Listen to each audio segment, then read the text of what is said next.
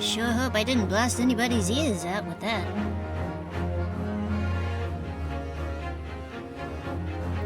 Ugh! It's Saturday! Would you believe it? The 28th of February. And, wow. What a week it has been. What a week it is being. What a year, right? It's not even March for like 4 more hours.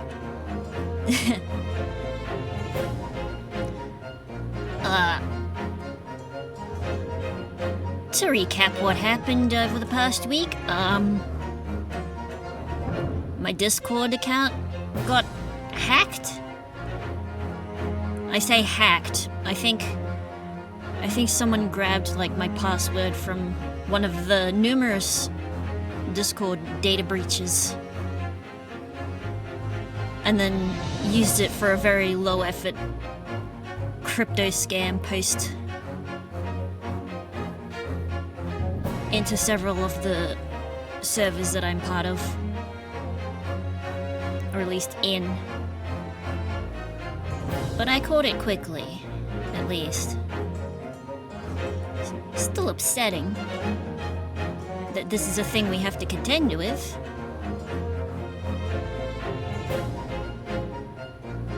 And, my air conditioner died for a few days because of the weather. It just wanted to dry out, but it's working now, which is why I'm streaming. Because when I don't have an air conditioner, my room becomes Dutch oven deluxe. And you know how impossible it is to use a computer in a very hot room? If you don't know, then you just don't know. But it came back. However, my floor fan, which I use to get the air circulating when I'm not using my ceiling fan, it actually did die. And that's...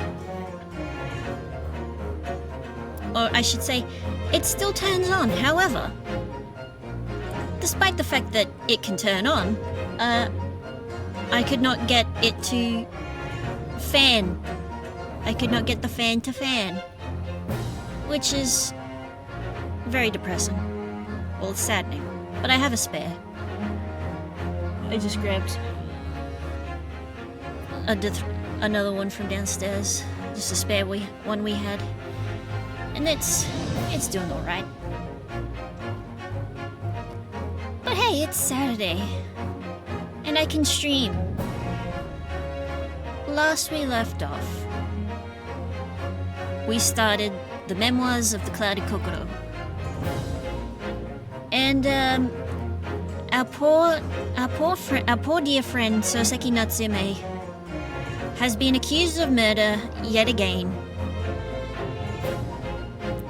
Except this time, the dude is not dead. But we still have to go to court anyway for attempted murder. Or at least he does. So,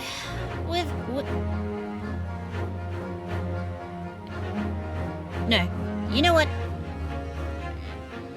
Just before I go and straight into the Ace Attorney game, I'd like to talk about a couple other things. It's Pokemon Day. Happy Pokemon. Merry Pokemon, everybody. Winds and Waves looks incredible. All the shots that all the previews they showed off of the region look absolutely gorgeous. I had forgotten that Scarlet and Violet were released like... What year was it again? 2022, I think? 2022, 2023. I had forgotten that was that recent, because I was thinking, weren't the last generation like 6 years ago? Or like 7 years ago? No. I was thinking of Sword and Shield.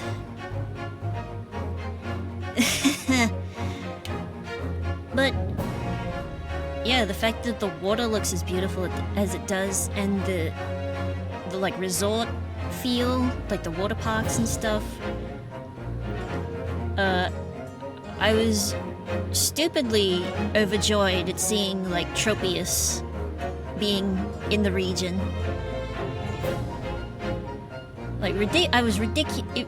It got me, like, ridiculously overjoyed. And the starters, oh, they are so cute.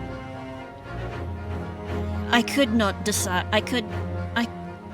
I still cannot decide. Assuming I have money in the year 2027.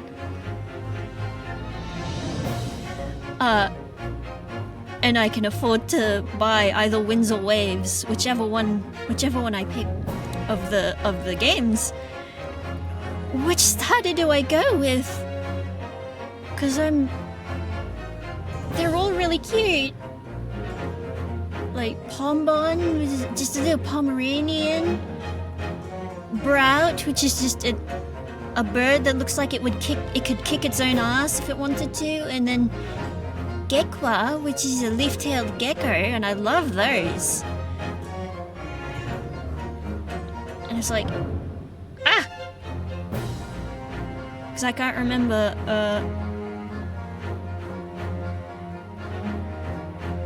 I can't remember what my starter was last time. No, I remember, it was, Quexley. Either way, that was a good time, seeing that trailer. And then I watched, today, the animated video that Gorillas released for the mountain, the moon cave, and the sad god. And I was just, the fact that they went with like traditional cell animations for it. It was very nostalgic. Like, because I love those matte backgrounds and like the thing of seeing which things are animated or not. Very, very reminiscent of like the old classic cartoons and stuff. And then at the end of it, I was just in tears, just like the story that was in it, and like it's just very good. I was a shambles, chat. I was a shambles. Anyway, we're here. Now, we started from the bottom, now we're here, and we're about to start trial. The dead man did in fact wake up. Because he wasn't actually dead. But let's just freaking do it. Let's go.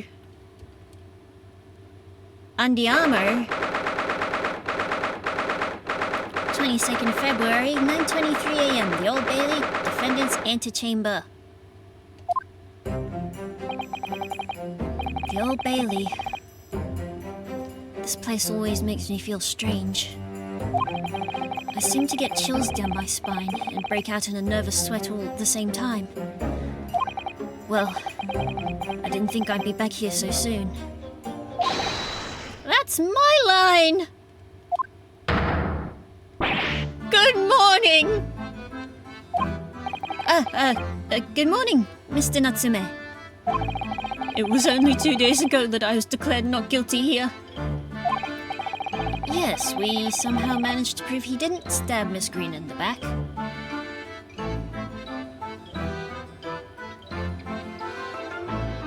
I mean, I get what he's saying, there is something about the phrase somehow managed that really ticks me off.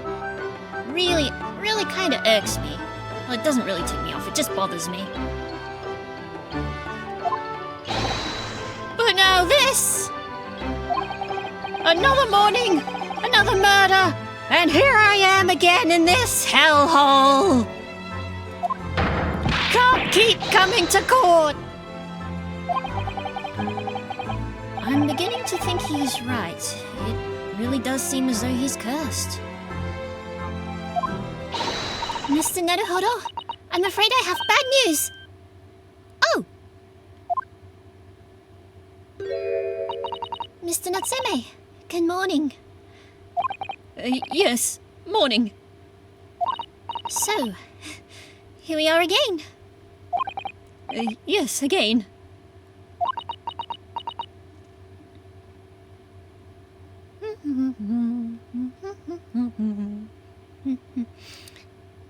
Did I leave the stove on? Wait, hold on. I didn't even cook tonight. Judicial Assistant Miss Mikoto Esquires! What's the bad news? Oh dear. You heard, did you? If you come in shouting at the top of your voice, people can't help hearing what you say.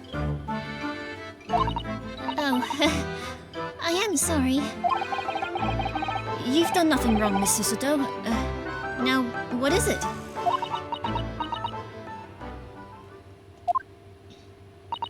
Well, it seems that the prosecution in today's trial will be led by Lord Barak Van Zeeks. Oh boy! Van Zeeks? Gah! Oh no! Oh no, no! Yes, yes, yes! The so-called Reaper of the Bailey. The most legendary prosecutor in the land.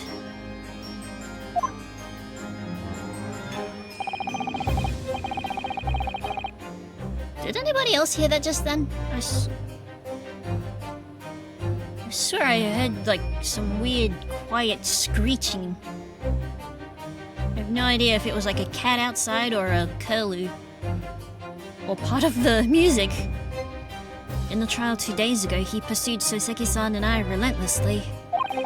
Of course, by the skin of our teeth. We managed to pull through, but still.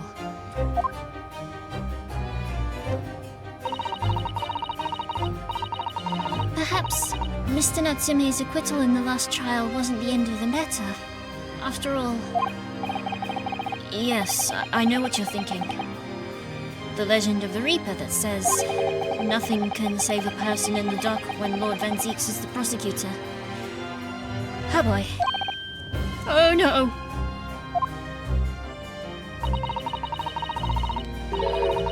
Oh, sorry. I also did just have dinner, like, not very long ago. That even if that person is found not guilty, the accused will meet a mysterious end, one way or another. And we've experienced it firsthand. That we did. A man we successfully defended met the most terrifying end after his acquittal. Right here in the Old Bailey.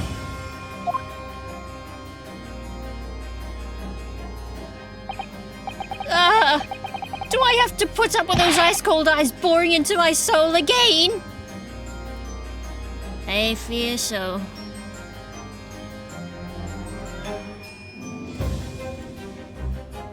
Oh, you know what? That is part of the music. Cursed by evil spirits, and now by the Reaper! Pair of petrifying perils! Potentially! Well, if it's potentially, at least you appear to have hope, Mr. Natsume. Locum student Mr. Naruhodo Esquire. Yes. I'm innocent. You have to believe me. You more than anyone now. Don't worry. I'll be your steadfast ally every step of the way in this battle. I promise. And this promises to be a hard battle, I fear. Well, dang it. Well... Goodness. The trial is scheduled to begin shortly. We should move into the courtroom. Let's go! Oh, yes, I forgot to say. I'm afraid he won't be able to make it. Mr. Sholmes, I mean. That's probably for the best. Oh? If he were here, I might be tempted to rely on his help. And that could be seen as a weakness. If Lord Van Zieks were to notice, he'd prey on it mercilessly. At least, that's my gut feeling.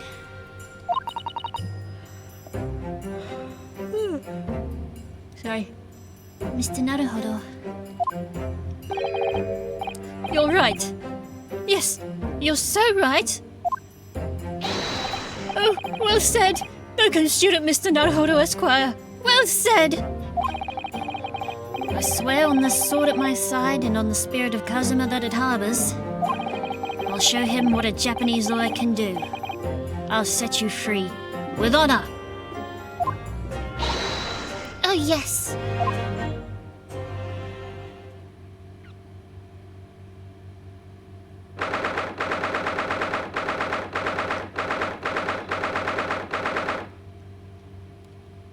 Here we are in the Old Bailey.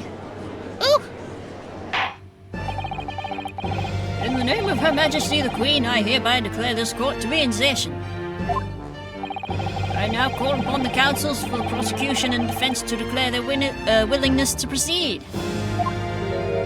There he is. The prosecution is ready. It's been a while since I've pushed my voice down. The defense is ready, my lord.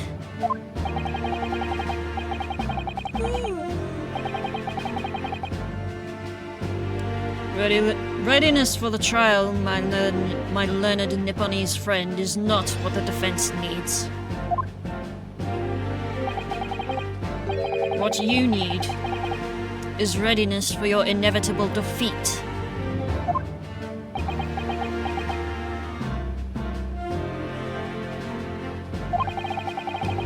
It's not just in my imagination.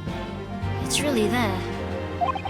Lord Van Zieks has such an animosity towards us Japanese for some reason.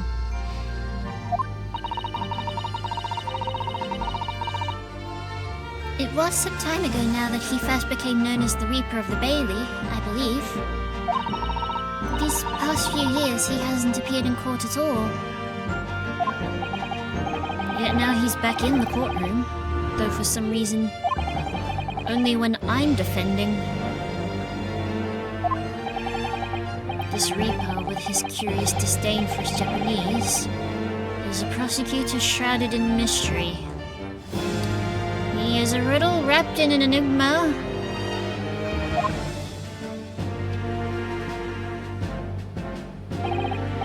Still, this isn't the time to be pondering that. I have to concentrate on Soseki-san's trial. Furthermore, I now call upon the 6 ladies and gentlemen of the jury who've been chosen at random. Yes, at random, out of 6. To represent the will of the people in this trial. Are you ready to fulfill your duty? Absolutely! I had a feeling this larrikin wasn't innocent before. I must say that I feel especially ruthless on days when my hat refuses to sit right. Uh-huh. Oh, well, I rather like how you're wearing your hat. I think the ruthless look is very fetching, actually. I need to be somewhere at 10 o'clock. I have a very important meeting. Let's make this quick. I couldn't agree more. I need to take home 5 bob tonight or the missus will go through the roof. Goodness gracious. And you know everything costs 10 bob. Oh, may the Lord show us all the light here and lead his flock to a righteous verdict. I'm glad I remembered my half West Country accent for this guy. British jury system is so very different to our own, isn't it? It's quite extraordinary to think that the power of judgment is in the hands of 6 members of the public. Yes. Randomly selected out of a number of 6. And that the judge can only pass sentence when all jurors are in agreement about the defendant's guilt. 6 citizens of London chosen at random. At least that's the idea. Out of a number of 6.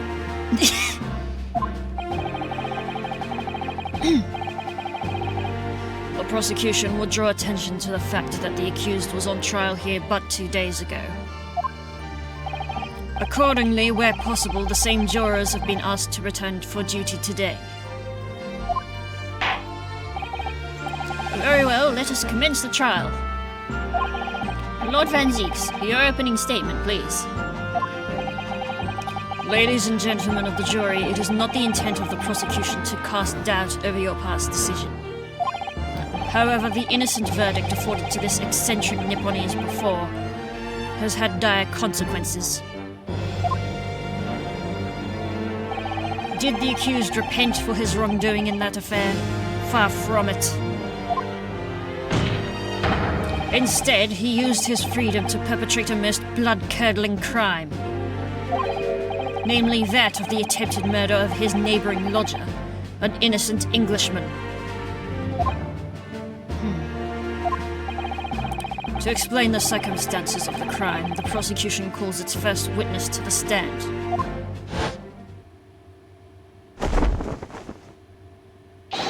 The detective responsible for investigating the scene, and the accused himself.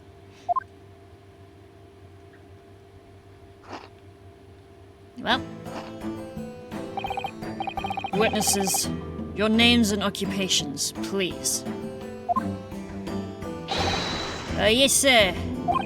Tobias Gregson, Detective Inspector at Scotland Yard's Homicide Division.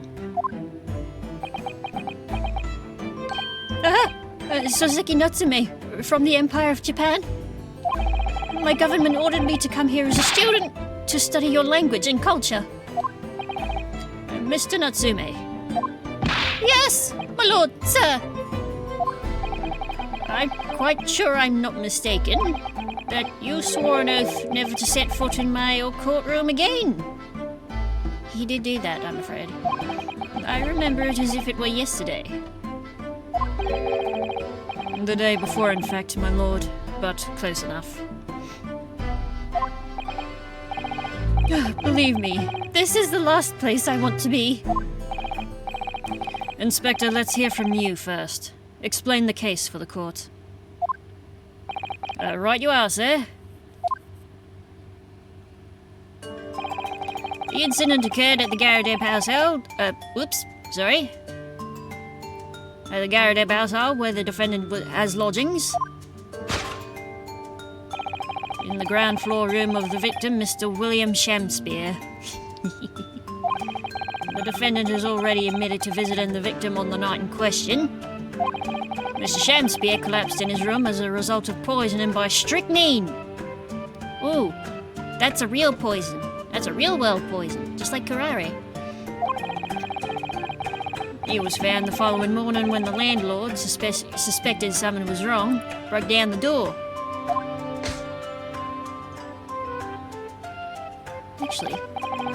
I actually don't know what strychnine does to the body.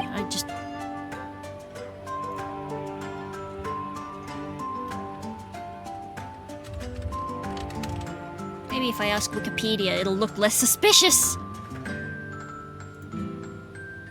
This means I presume that the door to the victim's room was locked at the time of the incident? Correct, my lord.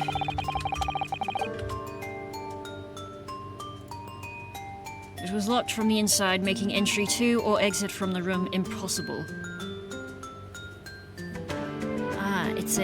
It's used as a pesticide.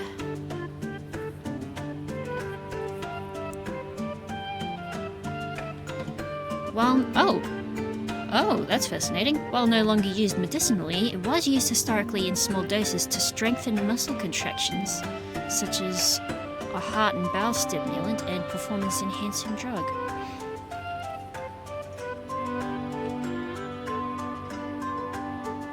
And comes from an actual tree. I didn't know this. The strychnine tree, also known as Nux vomica or Strychnos nux vomica. Quaker buttons is a fascinating name. Poison fruit, and another name which that can't be right.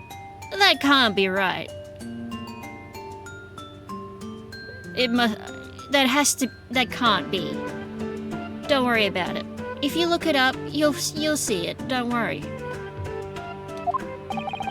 Now I know what strychnine is, where it comes from, and alternative names for the tree that it's sourced from.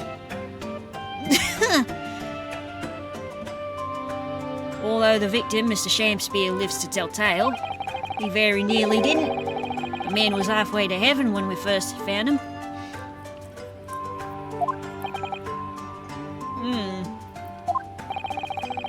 I was the first officer on the scene, my lord. And I have a photographic print here that I took at the time to show how it looked.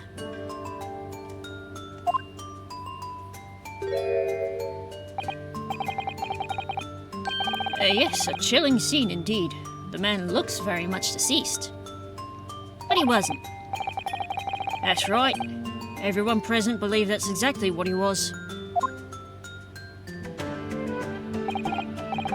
Very well, I shall accept this photographic print as evidence for the court. Now, there's a couple things I noticed that weren't there when we were actually investigating in the room. At least as far as I can recall. Now then, Mr. Natsume. Yes!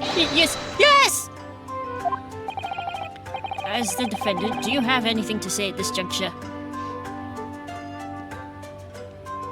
I feel like this is the only time in which the judge is like, hey, do you have something to say about this accused defendant? Because most of the time, defendants in the Ace Attorney series are not really allowed to explain their side. Really? At least not directly. I feel like it's a very rare thing. They're haunted. Haunted by evil spirits. Good gracious. What's haunted? It's the moon. The moon's haunted. My lodgings! There's been a whole series of strange happenings in my lodgings. The tenant before me died in mysterious circumstances. A woman was stabbed by no one on the street outside. My neighbor was poisoned. And me! What about me? I've nearly been killed countless times. Killed, Mr. Natsume? How? Even on that fateful night it happened. When I returned from Mr. Shakespeare's room. I lit my gas stove and climbed into bed, but before long, the stove went out and somebody tried to kill me. You must always extinguish all fires before retiring for the night, Mr. Natsume. Oh, sorry. But it's so cold! My runny nose would freeze! The point is, I didn't poison my neighbor. Oh, why am I being accused of this? Why is my existence so cursed? Thank you, witnesses. I believe I have a reasonably clear picture of events. If I could raise one more point, my lord. One more conclusive point. Conclusive? Go on. Fortunately, the victim, Mr. Shakespeare, has regained consciousness after his ordeal. And he is named the true culprit. Of course. The poison consumed by the victim was administered in a cup of tea that he drank on the night in question.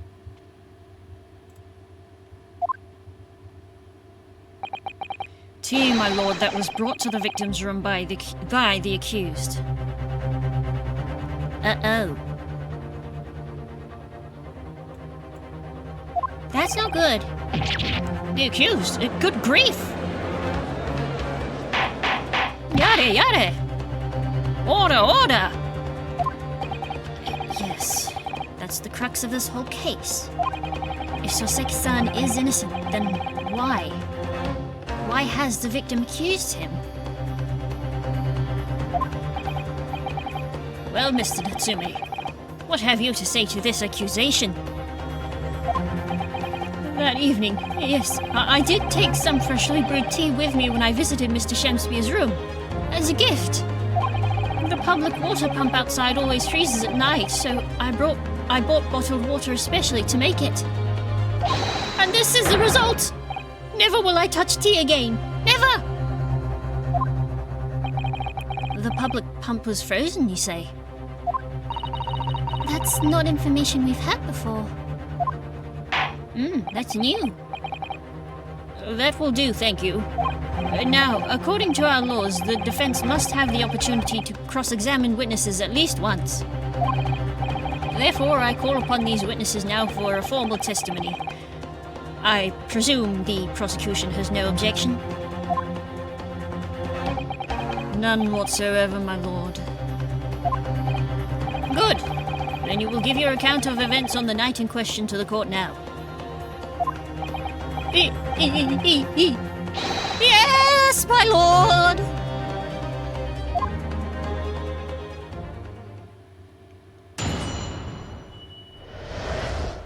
The catastrophic night. It was around 9 o'clock that evening when I visited my neighbor, and I took some tea with me as a gift. We had a heated literary debate over a nice hot drink, after which I went back to my room at around 11. My tea was completely harmless. He couldn't have locked the door behind me otherwise, could he? Actually, how fast-acting is strychnine? Oh, strychnine takes some time to have an effect on the body. People don't keel over immediately after taking it. The victim would have been perfectly able to lock the door after his guest left. The argument still stands. Okay. Yes, I see. It all seems relatively straightforward. Excuse me, but that testimony does raise one rather crucial point, I think. Mr. Natsume claims his tea to have been harmless. Presumably, though, the teacups have been examined for traces of the poison, haven't they? Why didn't I think of that? Well, as it happens, no. We haven't been able to. Really? Did I hear you correctly, Inspector? Scotland Yard has failed to examine the suspect substance? How could you have overlooked something so important? Isn't that the first thing you should have done? My learned Nipponese friend is falsely incensed. Huh? The inspector said Scotland Yard was unable to examine the tea, not that it was overlooked. Unable? Why? Very simple enough. There was none left. Not a drop. Someone must have been very thirsty indeed. What do you mean? I feel like even back then, you'd see, like, you know, as a tea drinker myself, an enjoyer of tea, you know, when you've had a drink of tea in a mug or even any other substance you like, coffee, Irish whiskey,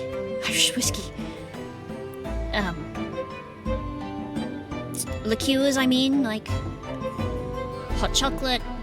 When you've finished your cup, you have the remnants of it around in middle of the cup, you know, like the little bits, the bits. With current scientific techniques, it's not possible to test for poison under such circumstances.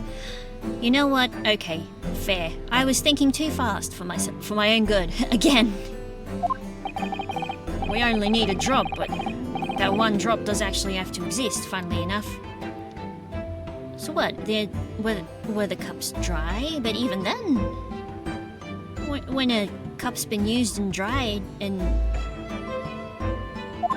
I'm probably thinking too fast and too in depth for this kind of case.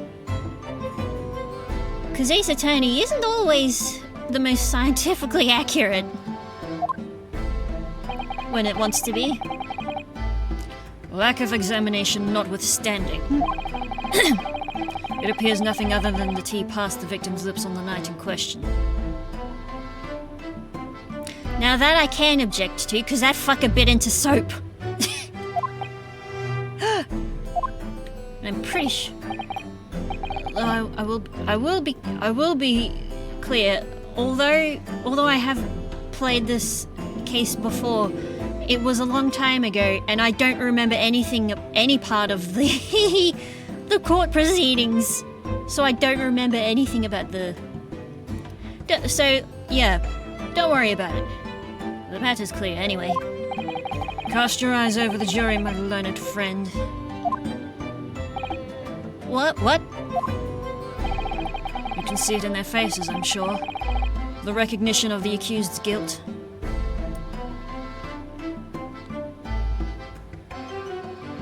Yeah, I see it. Especially in this guy right here. Your client's fate is all but sealed. In mere moments from now, you will lose, and your compatriot will be damned for all eternity. He's right. I can feel all 6 of the jurors looking daggers at me.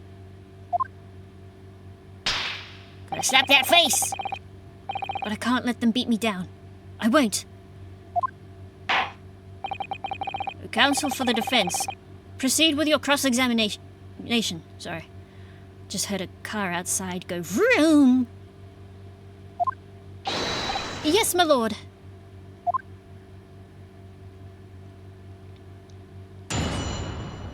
All right. Speaking of tea, I might even make myself some later.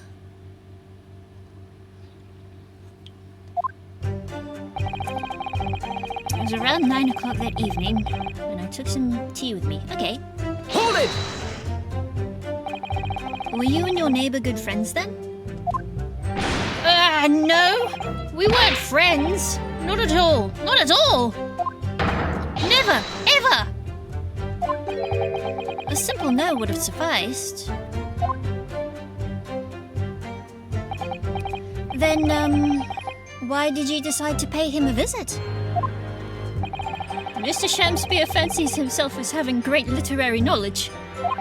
As a fellow scholar of English literature, we find much to talk about together. Come now, no Nipponese could understand the finer points of English literature. Excuse me, sir? Calm down. And on the night in question, that was the topic of conversation as well, I presume. It was the day of my last trial when I was acquitted. I just arrived back at my lodgings when I ran into Mr. Shakespeare outside on the street. That was at around 6 o'clock.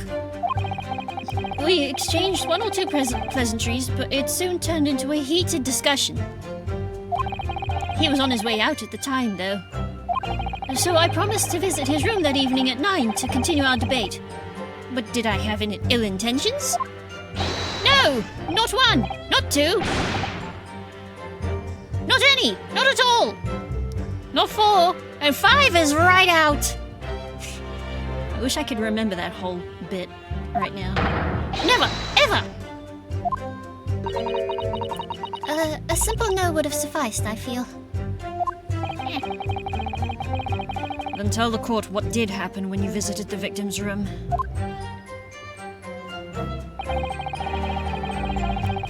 We had a heated literary debate over a nice hot drink, after which I went back to my room at around 11. Hold it! literary debate about Shakespeare's works, I think you said, didn't you? Shakespeare. A very worthy topic of conversation, I must say. Oh yes, my lord. Romeo and Juliet. Who was stronger? It was a profoundly pleasurable parley. Romeo and Juliet? Who was stronger? Yeah, you heard him. I know I'm going to regret asking this, but how did the debate go? Well, we both agreed that we would reach a conclusion more quickly with a reenactment. So we battled it out in a Greco-Roman style, naturally. Greco-Roman, you say? Isn't that the one where you get naked and oil yourselves up? What? Mr. Shakespeare had all sorts of costumes in his room for just such a contest. Ayo? So, when you say reenactment, you mean you were actually in costume? He is Romeo, I is Juliet. And after a vigorous, wild tussle... I don't think I can say that with a straight face, no matter how many times I tried. I, as Juliet, came out on top. A victory I'll cherish forever. You're saying, Sasaki Natsume-san, that you, dressed as Juliet, topped Shakespeare as Romeo. I guess score one for femdom? Pseudo-femdom, I guess. Sorry.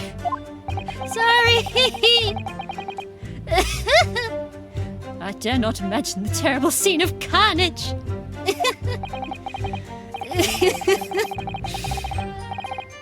The fact remains that it was you who prepared the tea and took it to the victim, correct? Oh, I feel lightheaded already. I boiled the water in my room and made a pot to take with me. I'd heard that he was too poor to have tea himself, you see. It's true, there was no sign of any tea leaves in the man's room. I should do up like a whole pot sometime. We have one of those like segmented pots that come with their own teacup. I haven't used it. I don't think any of us in the house has. Maybe I'll do it later. I wanted to do something nice, to be friendly. And I admit, when I go out to cafes and they give you a pot of tea, like a little mini pot, I do like it. I just wish they wouldn't keep the tea bag in the whole time. Actually, no, I can fix that. I can just pull the tea bag out. Because if you let tea steep too long, it gets bitter. And I hate that bitter taste. So why is everyone looking at me with such suspicion? My tea was harmless. Of course it was. And do you have any basis for that statement, witness? My tea was completely harmless. He couldn't have locked the door behind me otherwise, could he? Yeah, I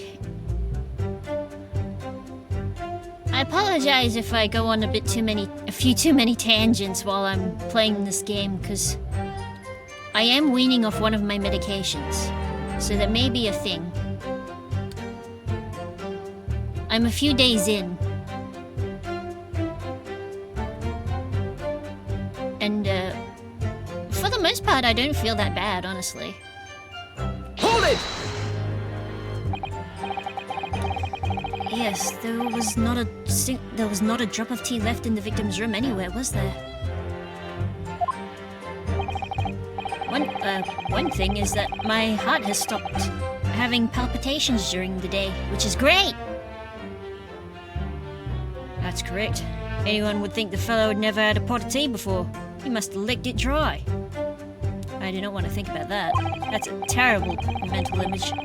which is a pity, because one drop's all we would have needed to analyse it for poison.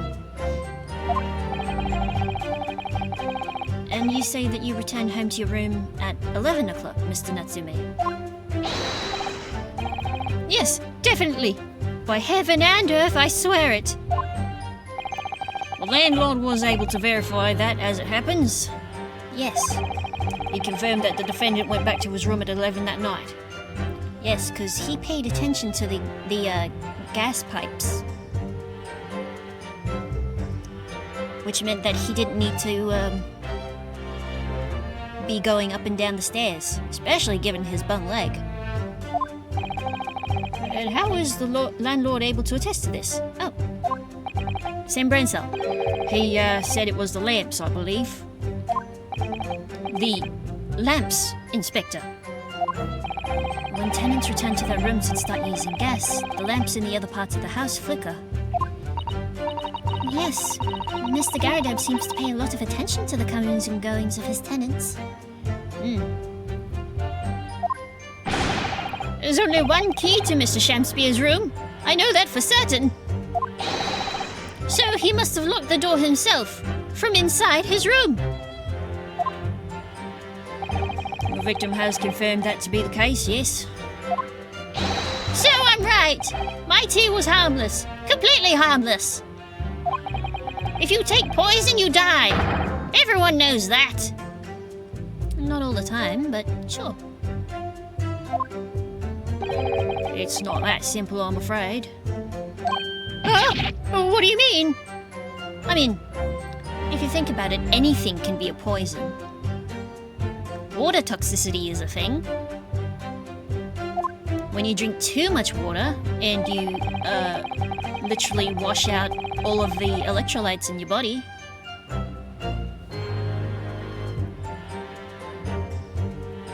Is it electrolytes and like your body salts and stuff? Yeah. Strychnine takes time to have an effect on the body.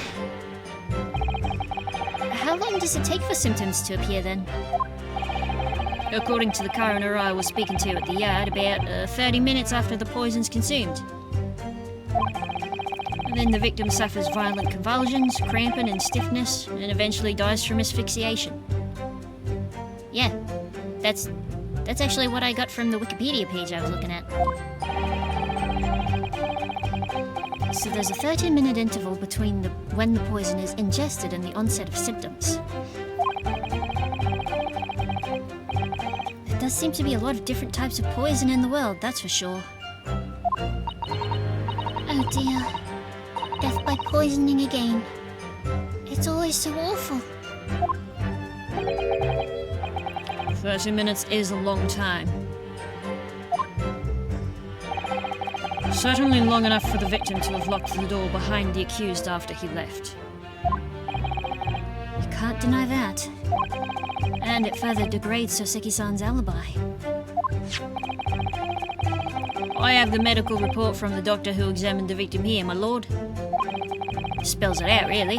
The accused is the only person who could have done it. Very well, the court will add this report to the court record as evidence.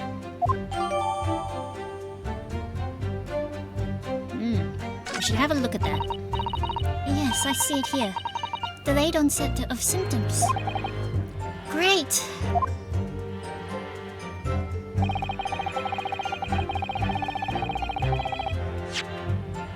Yeah. Actually, while we're here, let's review our thing, because I don't remember what. See your books. The picture of Monsieur Lecoq, a meal for Gaborio and Canterbury Yearnings. Yep. 2 shillings. The nearby street map. Yep, that's from the first one. Bar of soap. Torn off envelope. I didn't look at it. Whoever opened this envelope didn't bother with a letter opener or scissors, did they? Yes, whoever opened it was clearly someone with an unrefined temperament. And judging from the angle of the rip here, the person in question must have been right-handed. Eh? Miss Isato? I think perhaps someone's been reading too much of the Adventures of Sherlock Sholmes. You can never read too much of it, Mr. Naruhodo. Never! Meanwhile, I've only read the one book. Personally, it's the... it was many years ago. It was the first one in which, it was the one that talked about,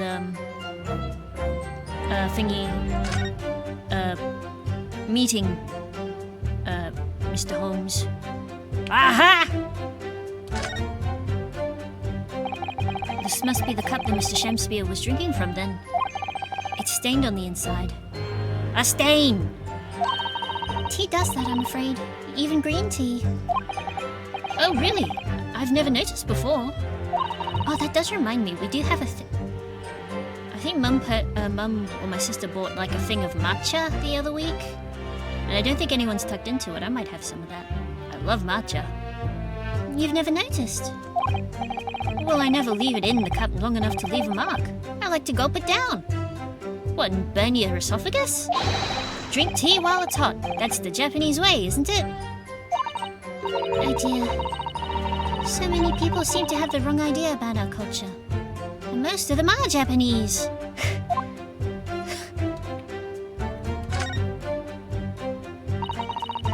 This is the teacup from which Mr. Natsume was drinking. Yes, unlike the other one, the inside of the cup is completely clean. I suppose he must have drunk the contents before the tea had a chance to leave a mark. I always gulp it down too. Sorry, Mr. Naruhodo. Well, if you just sip it little by little, it goes cold. This is true, and I'm not a fan of tea that's supposed to be hot and then it's gone cold. But I do like iced tea. You know, tea that you know is it's supposed to be cold, so it's cold, and you enjoy it that way. Clearly, I shall have to instruct you in the proper way to make tea.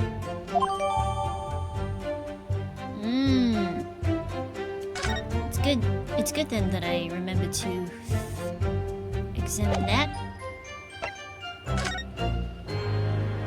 Let's have a look at this crime scene photograph. So his hat's there. You have the one teacup there, but that wasn't his, because the one that actually is his was in his hand. I don't remember the puddle here. And what's that? It's right below the gas meter too, which is concerning, considering it's gas, not liquid. Medical report, William Shakespeare, 31. Oh my god, I am the same age as William Shakespeare. At least for 2 more months until my birthday in May. Ingestion of a small quantity of strychnine. Toxic effects present. Oh, toxic effect. Sorry, I was reading that as the verb, not the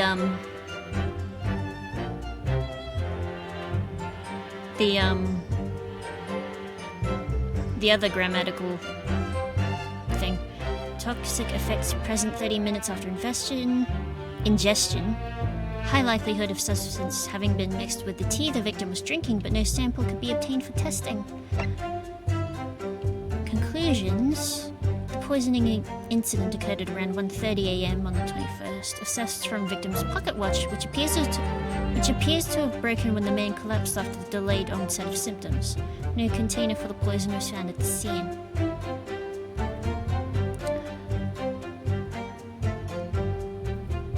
Ooh, there's a thought. I think I know what happened. The reason they couldn't find a thing was because they examined the wrong cup. But before we get into that, let's just be thorough. The argument still stands, you say? This is what Mr. Natsume's been saying, isn't it? The pair of them drank tea together that night, so if there was poison in it, the victim wouldn't have been able to lock the door after the accused left later on. Exactly! Me and my tea are innocent. Sweet and innocent, I tell you! I'm afraid, sir, that doesn't follow. You see, strychnine's a slow-acting poison. In other words, it takes time for symptoms to appear. Glimpsby, how you doing? Hey, good morning. How's your morning?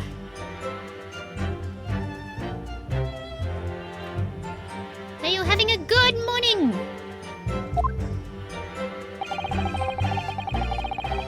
So you could have left the room up to 30 minutes after the drink victim. Oh boy.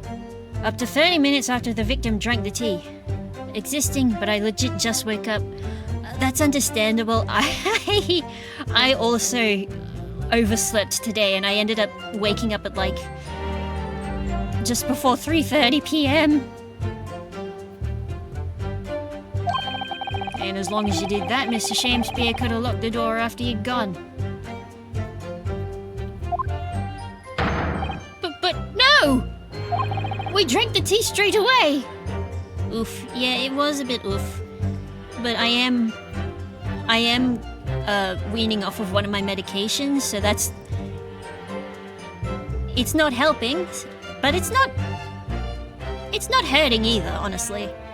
I've been actually, been feeling sleepy at night again, when I wasn't before.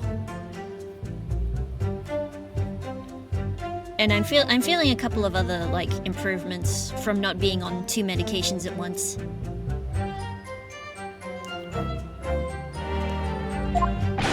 The battle over whether Romeo or Juliet was stronger. That came after the tea. Do you have any evidence to support that statement? Heck yeah.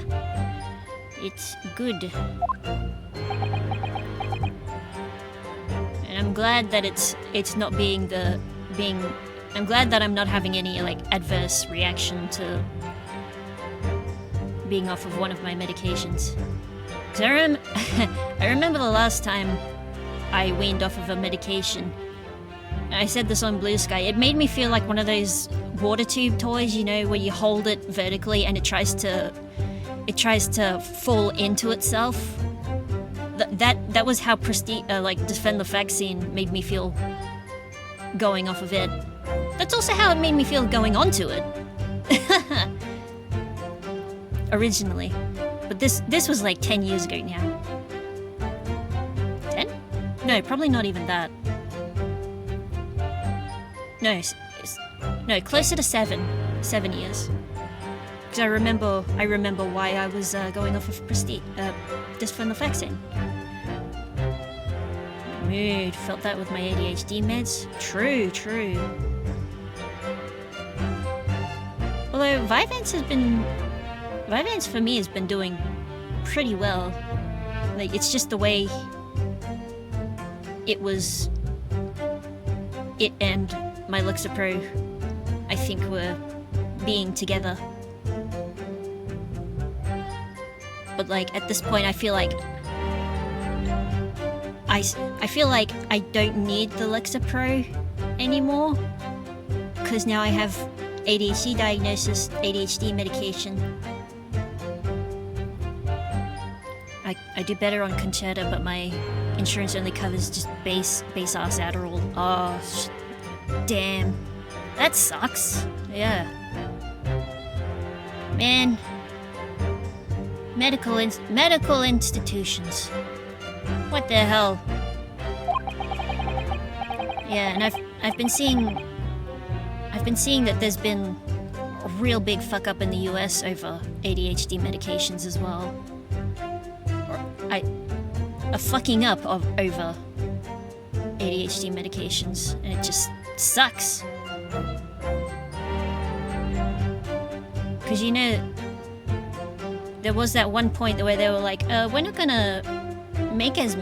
gonna distribute as much ADHD medications, and it's like, I live in Australia, and that affects me. Why? Why should that affect me over in Australia?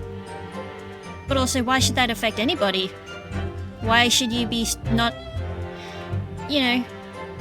why are you in, why work in medical institutions to fuck up medical institutions, I think that's the point I'm trying to make. I think. ADHD tangent. But anyway, back to it. In my great homeland, the Empire of Japan, we have a saying, drink tea while it's hot. Hey, yeah, but hey, if I ask enough people to marry them just to get out of the US, someone's bound to say yes. Statistically, someone has to say yes. You're not wrong. There is the non-zero odds there. Sure, a proverb will satisfy the prosecution.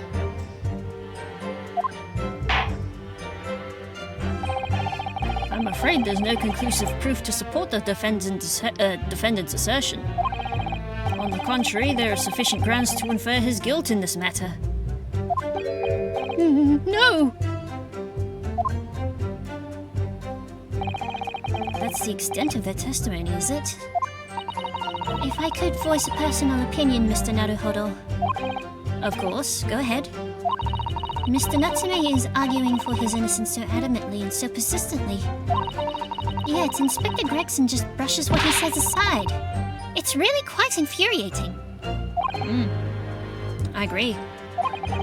So, we need to find an inconsistency in what the inspector's saying, I think. I'm afraid so. As things stand, the jurors are sure to find Mr. Natsume guilty. As I see it, what we need to focus on is the poison and the tea. Let's listen carefully to this testimony again. Yes. Yes. Around 9 o'clock. Took tea with me as a gift. We had a heated debate over a nice hot drink, after which I went back to my room at 11. My tea was harmless. He couldn't have locked the door behind himself otherwise. Strychnine takes some time to have an effect on the body. People don't keel over immediately after taking it. The victim would have been perfectly able to lock the door after his guest left.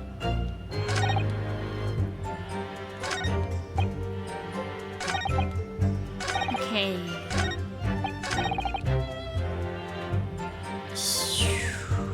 So what is it that I need to think?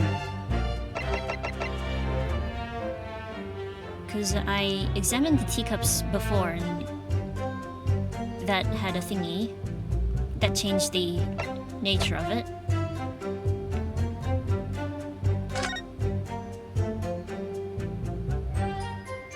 No sample could be obtained for testing. Poisoning occurred around 1:30 a.m. No container for the poison was found at the scene. So...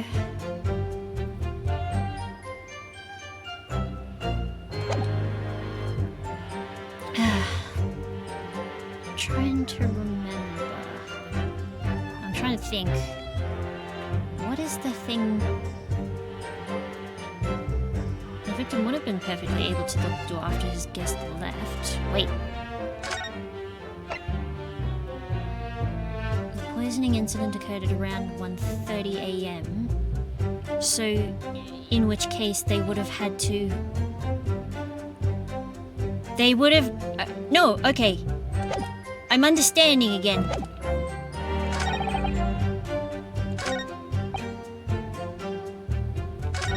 Okay.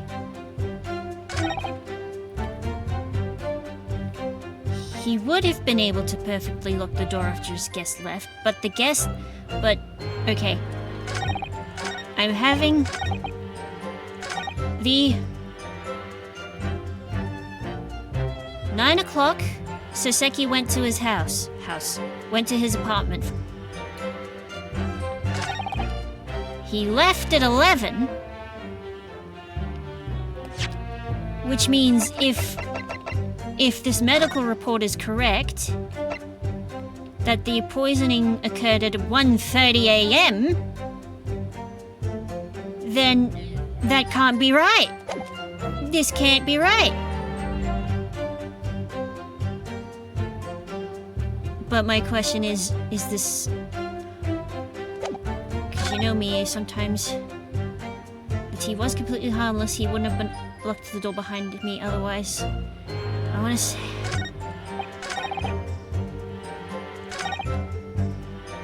People don't keel over immediately after taking it.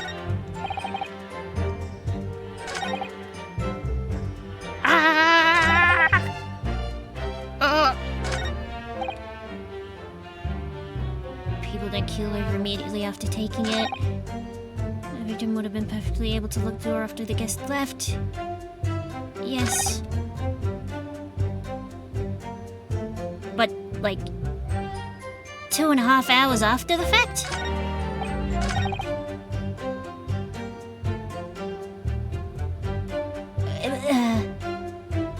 Went back to his room around 11. Yep.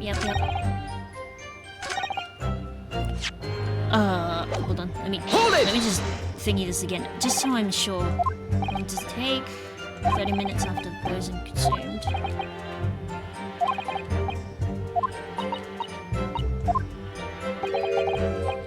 Minutes is a long time, so it's 2.5 hours.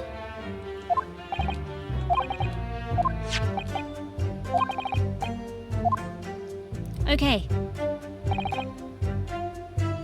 Yes. Yep. So...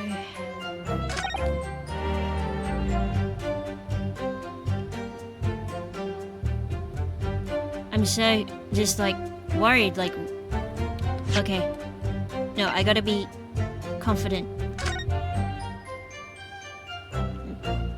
High likelihood of the substance being mixed with the tea. 1:30 a.m. Like, that has to be thing. Or is it the...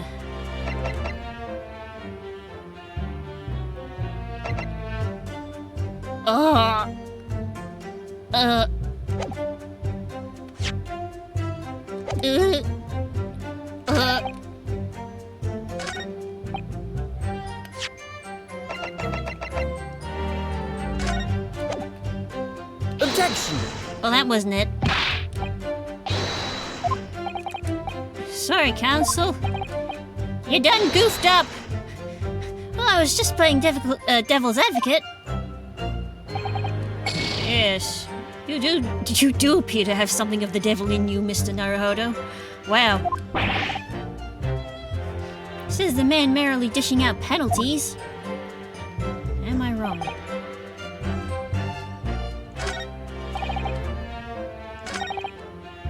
Oh, God.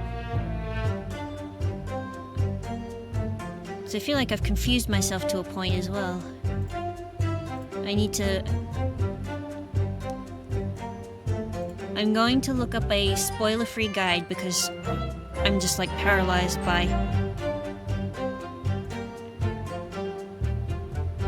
Yeah, let's see.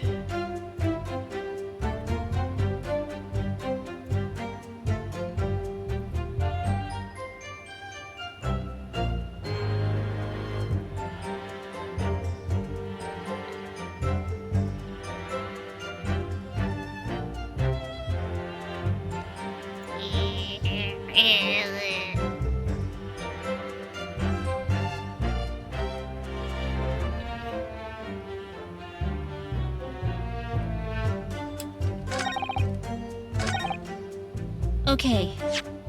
I think I have it now. Objection!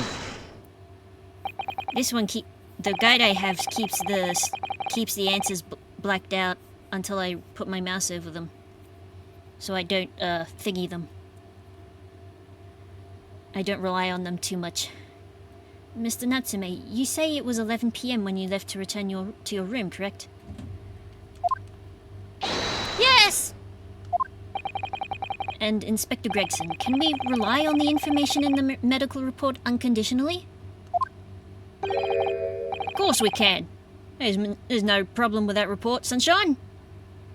Well, no, correct. You're right.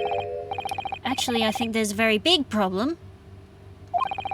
Because there's a chronological inconsistency between it and the defendant's testimony. A chrono what? What are you on about? According to this report, the victim must have consumed the poison at around 1:30 in the morning. And yet, the defendant, Mr. Natsume, left the victim's room at 11. What? Yes, that's right. Wow. There's more than 2 hours of missing time there.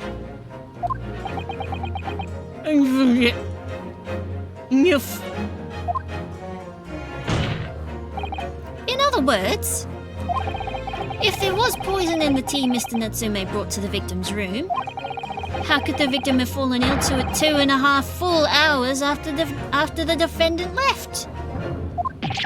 Wah!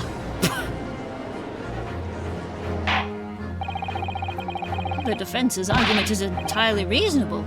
How do you respond, Lord Van Zieks? This is going to be a drinking night again.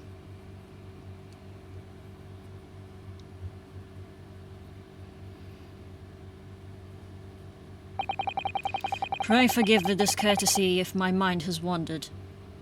Don't worry about it. My mind's doing more than enough of that tonight itself. I was considering what cuisine would best complement the contents of my hallowed chalice this luncheon. How could it have happened, you ask? God, he didn't even take a sip of it. I do hate to shatter illusions, but my Nipponese friend appears to be chasing a phantom idea.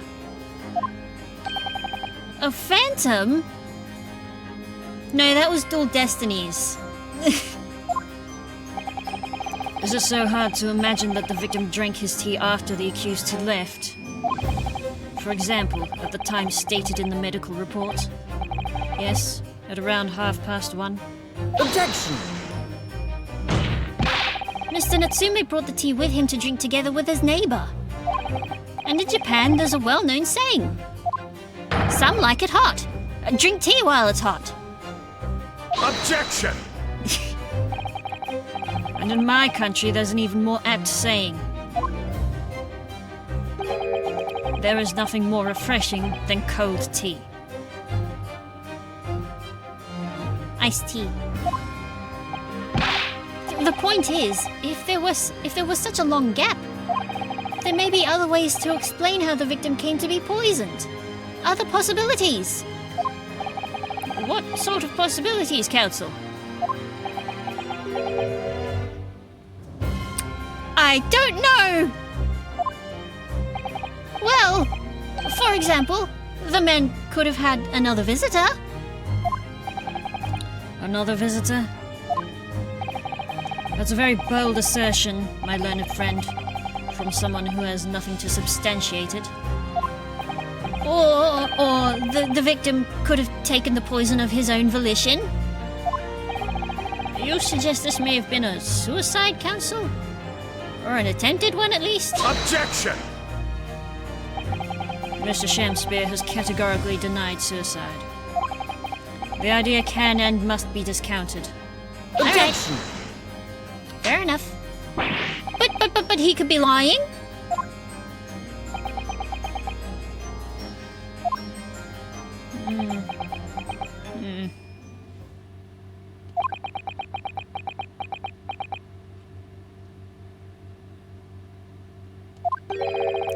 Is something wrong, Lord Van Zieks?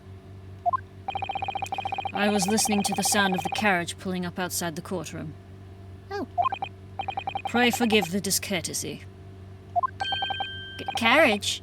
What carriage? It would seem that the key player in this case has just arrived.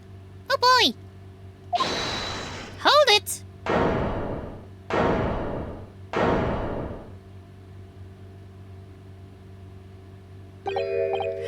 Out! Out, brief candle! Life's but a walking shadow. A poor player that struts and frets his hour upon the stage, and then is heard no more.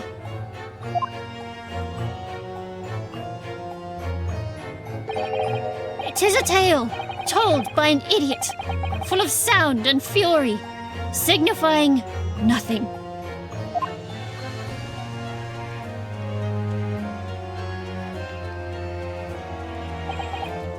Who, sir, are you? William Shamspeare, my lord. Alas, 'Twas I, undone by these bitter events. I am the victim. 'Twas I who set the house ablaze. What's he doing here? Ow! What do you think? The prosecution seeks to call this gentleman to the stand. With his testimony, my learned friend's futile resistance will be utterly crushed. You're calling him as a witness? Yeah, wouldn't you? Very well, counsel. I grant your request with interest. I'm curious to discover what the court shall hear from the victim himself.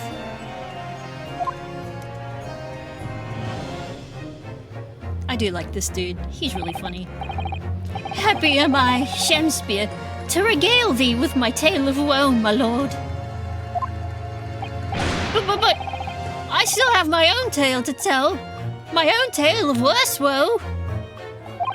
I can regale the court with the tale of my perfect innocence in perfect English. That will do, Mr. Natsume. Let the court now hear from the victim.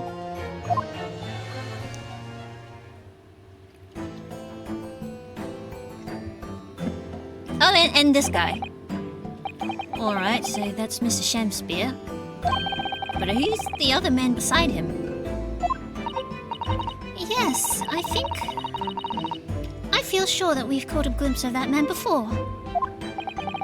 State your names and occupations for the court, please, witnesses. A writer of words so sweet they do scent the breeze. An inventor of ideas so profound they compose the earth. The unrivaled poet, the unmatched scribe, William Shakespeare, were the great bard to be recalled to life anew. Lo, what a magnificent man! Good fellows, I am he who ponders such a miracle. William Shakespeare. Oh, the name's Meaderman. Adrian B. Meaderman. I work for the Altamont Gas Company, East End branch office. Ah, I remember now. It was yesterday on Brow Road. Oh yes, she's right. It is him. What's this? That did happen. What's that man doing over there? He looks like he's trying to see into Soseki-san's lodgings. Is something wrong, Mr. Naruhodo? Excuse me! Could we have a word? Ah! And he's gone. Yes, we spotted him outside Mr. Garadev's house that morning. And he's a gas company employee. What does he have to do with this case? So, Mr. William Shakespeare, you're the victim in this miserable affair, correct? Oh heaven, oh hell, do you command me to remember? That sweet poison that didst cross me and cross mine innocent lips. I subpoenaed him for the trial, with his doctor's permission, naturally. Hearing the testimony of the aggrieved will remove any room for doubt from the jurors' minds, I'm sure. Behold! You have only to rearrange the letters of my name to see that me's a seraph. An angel indeed. Oh, actually, that's really good. Because in Japanese, his name is, Petenshi? And, which contains the word tenshi, which means angel. I like that. That's good. Thus be I noble of mind, sweet of nature, and verily honest of heart, as all heavenly angels be. Because there isn't a less contrived meaning in your name. No, not at all. And also, Petenshi by itself means con man or swindler, so, Keep that in mind. The jurors seem to be very moved by this man, I'm afraid. They're actually taking the serif anagram idea seriously? Thank you, witnesses, for your illuminating introductions. But, my lord, what's the man next to Mr. Shakespeare doing here? The gas man, I mean. Ah, what, me? Oh, well now. Allow me to enlighten my learned friend. You recall, I presume, your earlier impertinence? Which one? When you suggested that the victim had another visitor to his room on the night in question. And moreover, that the victim is a compulsive liar. What? Oh, I didn't quite say that. I didn't say compulsive.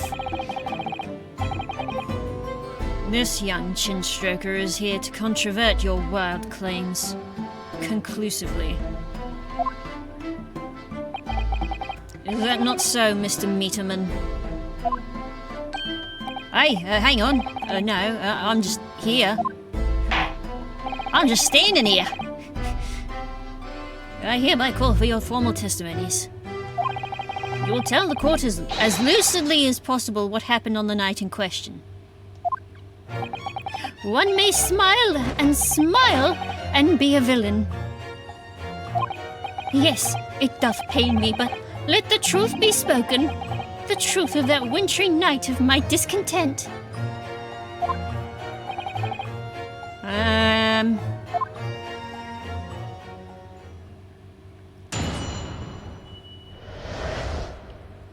The wintry night of my discontent.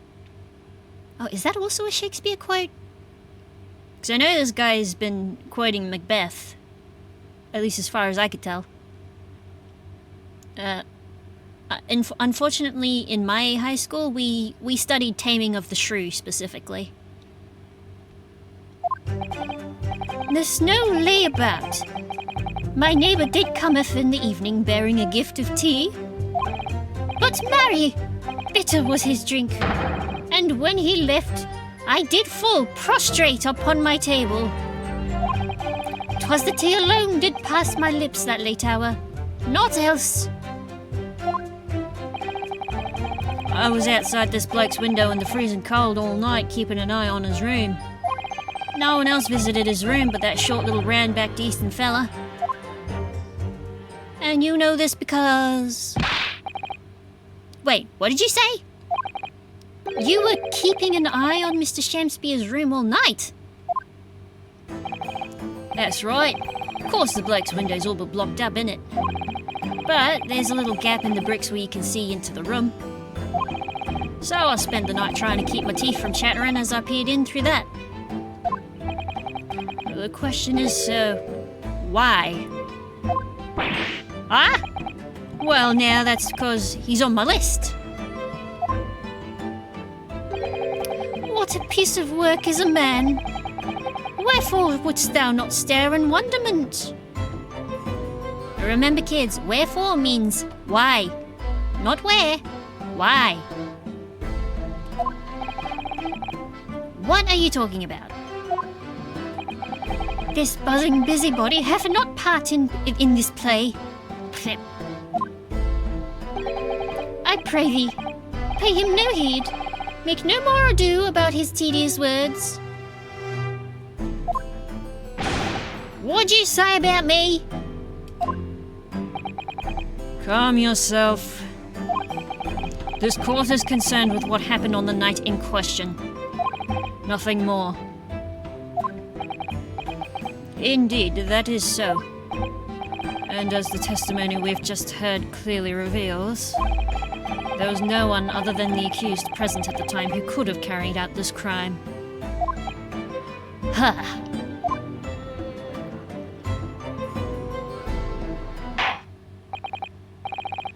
Well, I believe this may be the final testimony of the trial. Don't count on it! No, wait. Don't you believe it? Now, counsel, the defense may proceed with the cross-examination. Yes, my lord.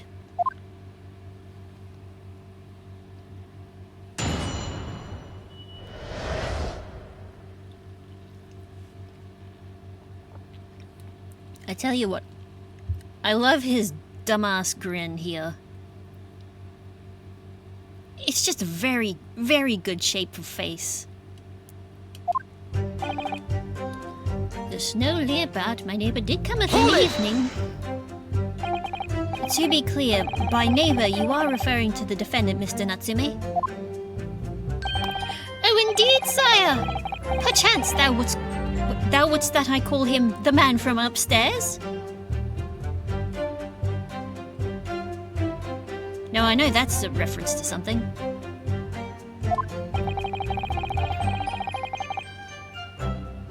Or is it... No, never mind. I may be thinking too hard.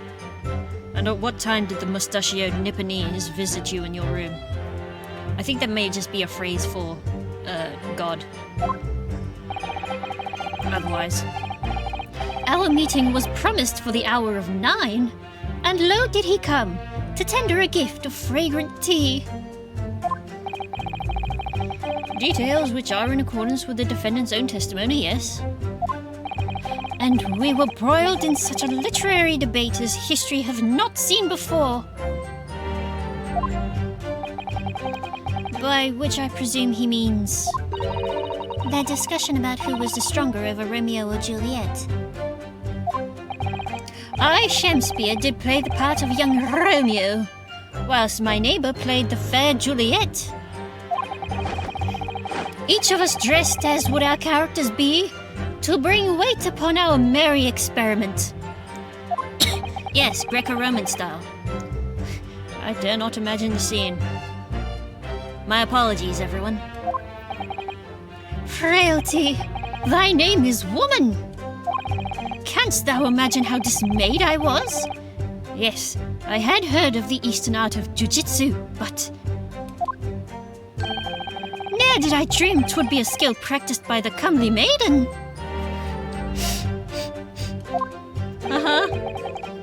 Juliet beat Romeo up. This is not helping our case. I believe the court has heard enough about your earth-shattering literary debate. Perhaps you could reiterate your statement about the tea that the accused brought to your room. My liege, I am thy servant. Gladly I would do thy bidding. Marry, bitter was his drink. Hold it! Let me stop you there.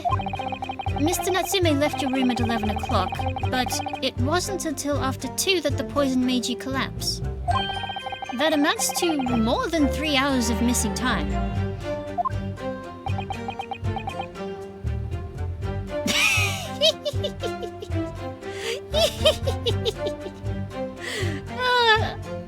I love this excellent animation.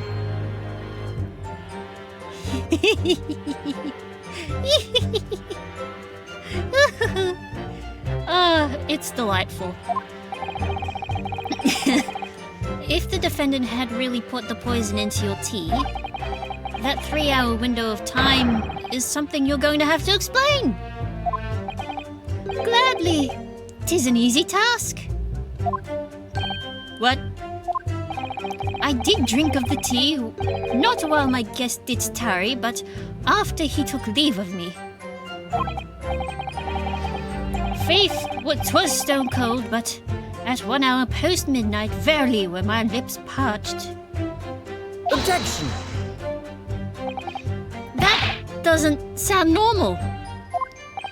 Nay, 'tis quite ordinary, sire. After all, thou wouldst recall our fiery debate. Amidst such argument, there'd be no time for fiery tea. Romeo and Juliet again, and who was stronger? Mr. Shakespeare, in summary, allow me to confirm. Did you not come here with the intention of naming your attacker? But of course, my liege.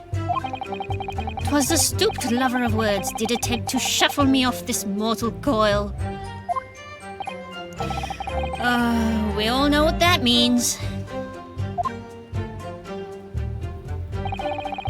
'Twas the tea alone did pass my lips that late hour, naught else. Hold it! Well, we know that's a lie. So you didn't have any kind of evening meal, dinner, supper? Dessert? Fie on luxury, fie on gluttony. To eat thrice daily is but a waste of time. Sorry.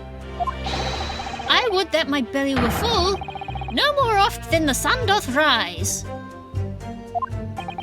Well, most heroic eating habits, I must say. Night and day do I fill my hours with learned study of the great bard and playwright. Hence is it that there doth naught in my chamber be than the costumes of mine art. That would appear to be the case, as even a rodent was found starved to death in your room. Goodness gracious. Back, I was making breakfast. Oh boy! What'd you make for breakfast? Now that I think of it, it's not just food that was conspicuously missing from that room, is it? I don't recall seeing a single play or script anywhere. For I have devoured them all. What? You've eaten them. Every word be within my skull. Didst thou imagine otherwise? Right, that wasn't misleading at all. Now, could you turn around, don't you think? Which brings us to the conclusion that the only way to the poison, the only way the poison could have passed the victim's lips is in the tea. I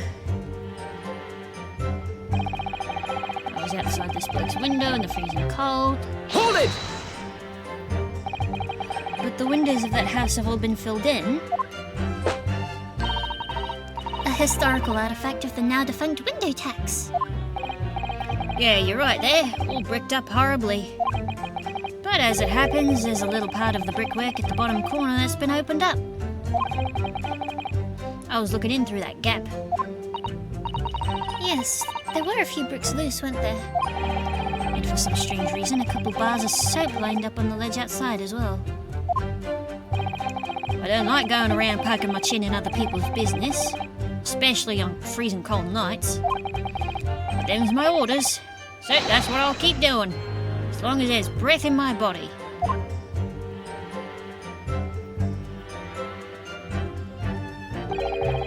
What's with all the theatricals today? Out of interest, Mr. Meterman, after the accused had left and returned to his own lodgings, did you see the victim leave the room at all? No, he never left. He was in that room the whole time as far as I'm concerned.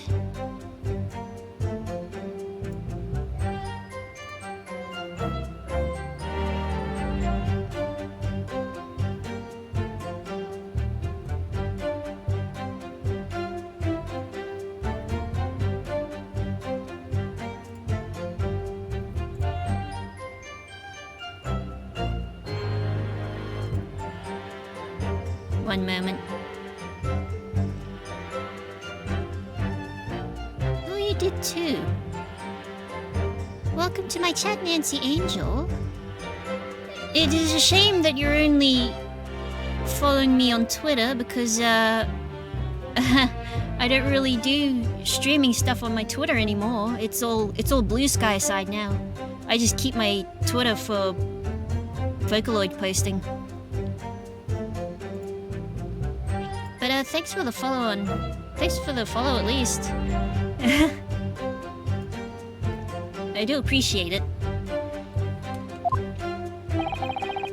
We can therefore discount the possibility of suicide. I hope you enjoy the stream. I was about to say Steam. Huh. How can you be so sure of that? The police carried out a thorough investigation of the scene and found no receptacle for the poison. And since we know the victim didn't leave his room, hence didn't dispose of the poisons container himself, it's clear that this was no attempted suicide. Only the culprit could have removed the receptacle. Oh yes, lucidly explained, Counsel. Thank you. It really was. You can't argue with the logic. No one else visited his room but that short little Eastern Hold it! mate. You say a short little round-backed Eastern fella, so you can't be sure it was the defendant then? Objection! Nice try, Naruhodo. How many other short little round-backed Nipponese with a mustache do you think there are in London? Well, of course, it's only a narrow gap and it was quite dark, so I didn't notice the mustache. But he showed up at around 9, so I'm pretty sure of myself. And when the person you saw arrived, did he and Mr. Shakespeare drink tea together? Nah, sorry, I couldn't say. Why not? Because I couldn't see into the room all that well, could I? But what I did see was a silhouette of that little round-back fellow wearing a pretty dress. Ooh. And the pair of them started some kind of wrestling match. Tell you, I didn't know what to make of it. Huh. I suppose that was the Romeo and Juliet championship battle going underway. Mr. Meterman, allow me to confirm one final time. Apart from the accused, can you state with certainty that no one else visited the victim on the night in question? No question. Gasman's honor. Hold it.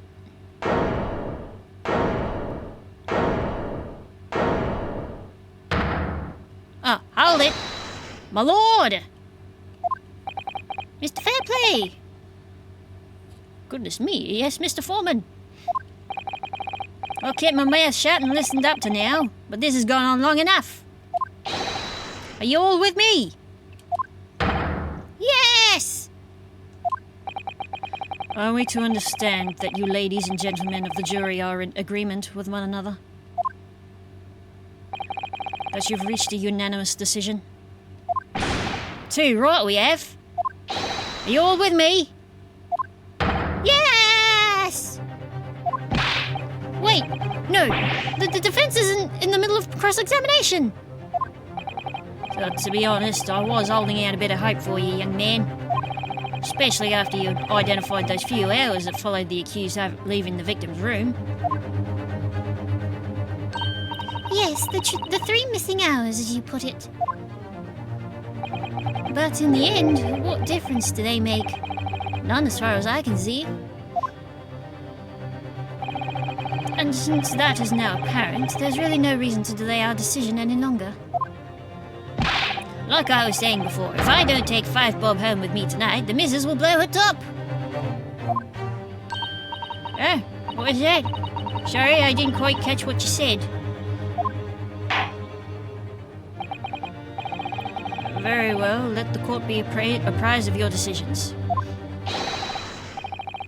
Ladies and gentlemen of the jury, you will state your leanings as to the defendant's culpability. Guilty! Guilty. Guilty.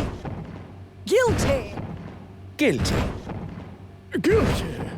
Yeah, that was about what I expected.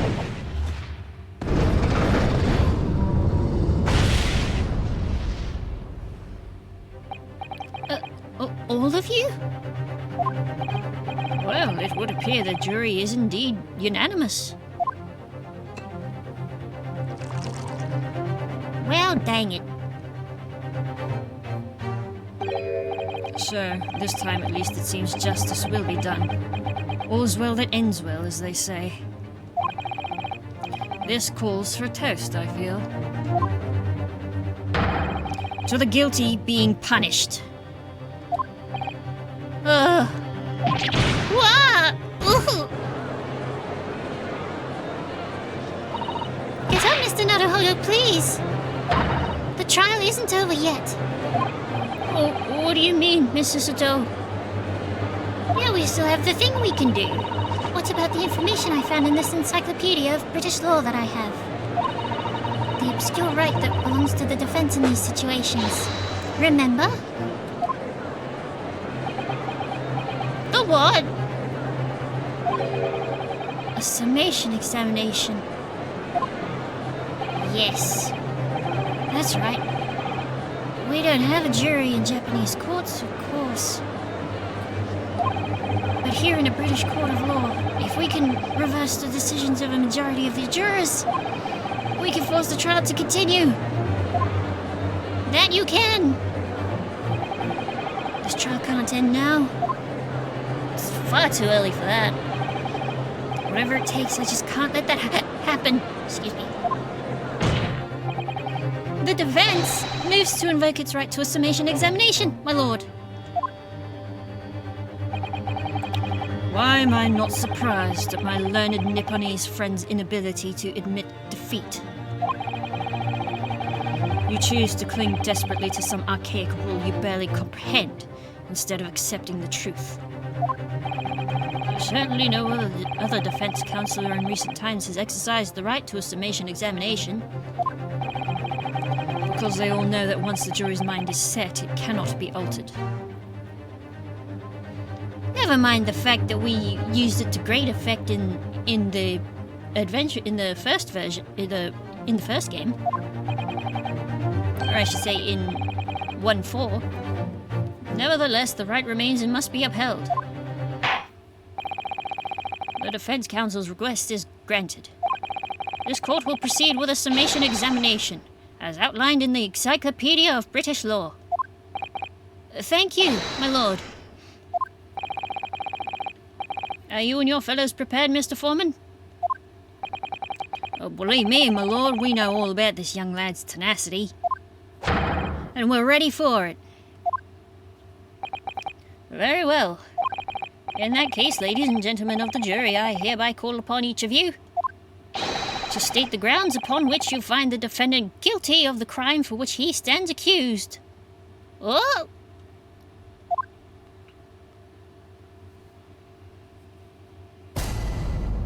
Judicial findings. I think I bit my tongue just then. The juror's contentions. Alright. The victim might not be well off, but he's a nobleman and straight up. He's a nobleman and straight up. There's no reason to doubt the man. Well, I do declare the good gentleman has no reason to lie. In fact, I think he's rather splendid. Just look at the accused by comparison. He's Japanese, stoops all the while, and has a mustache. Very fishy. Calm down! All right. There's no evidence to suggest the gangling actor is a fraudsman. For now, at least. Oh, I really don't care, like... I just need this trial to end quickly. 3 hours of missing time is nothing when you reach my age, you know. Nothing at all.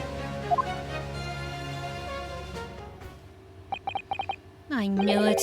Every single one of them seems completely convinced. It would seem that all the jurors have come to the conclusion that Mr. Shakespeare is a fine, upstanding, and honest citizen.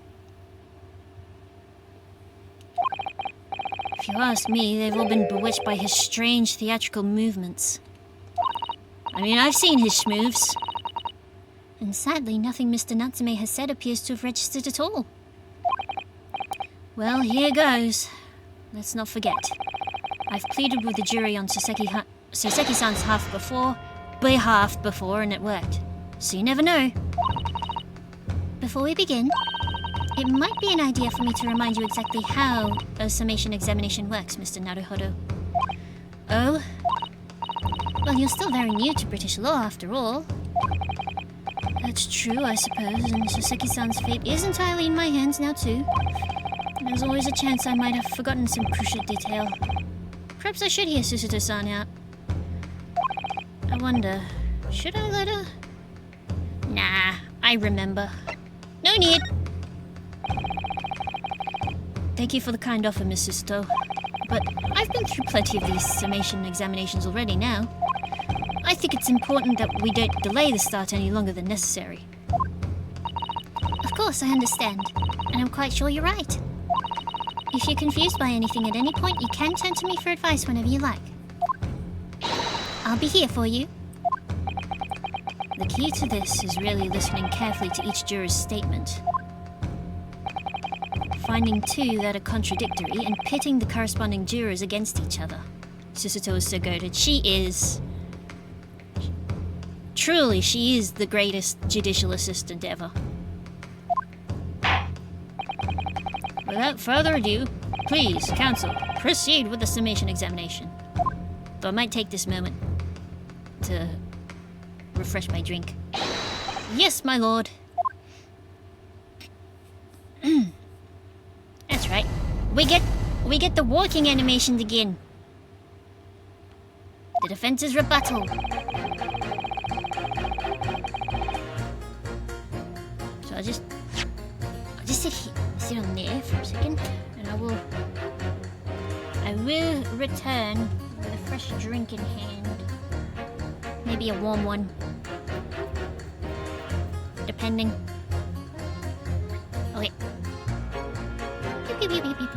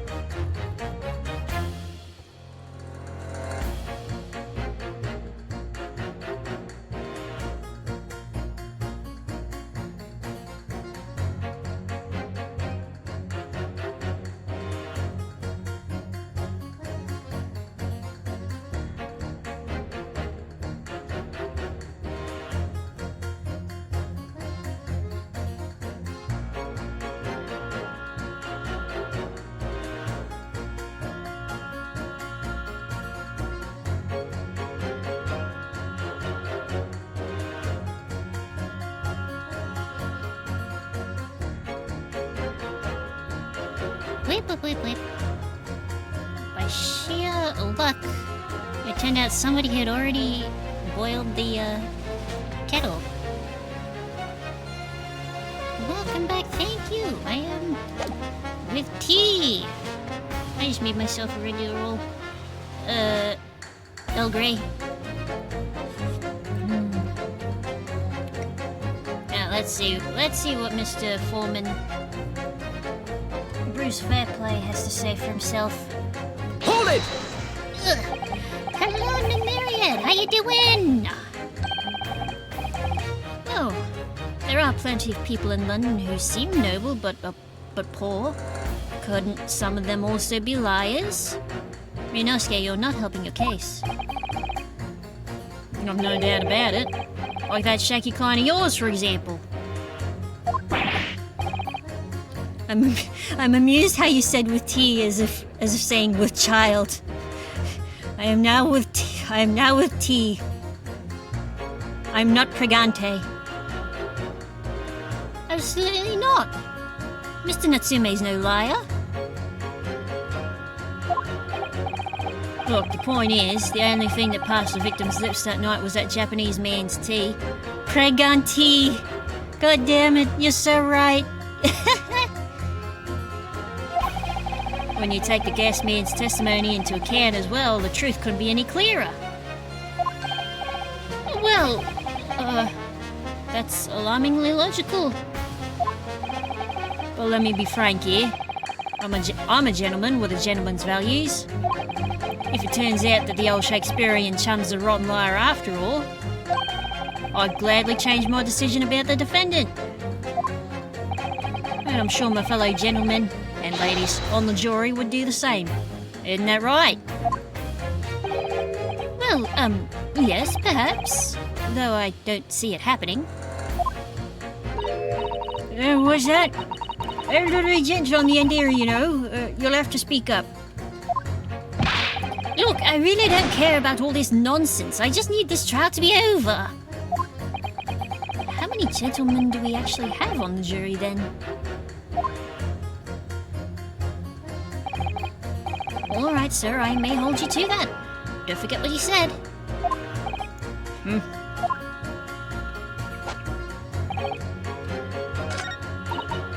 Well, I do declare you the good gentleman has no reason to lie. Hold it! All right, what are your thoughts, miss?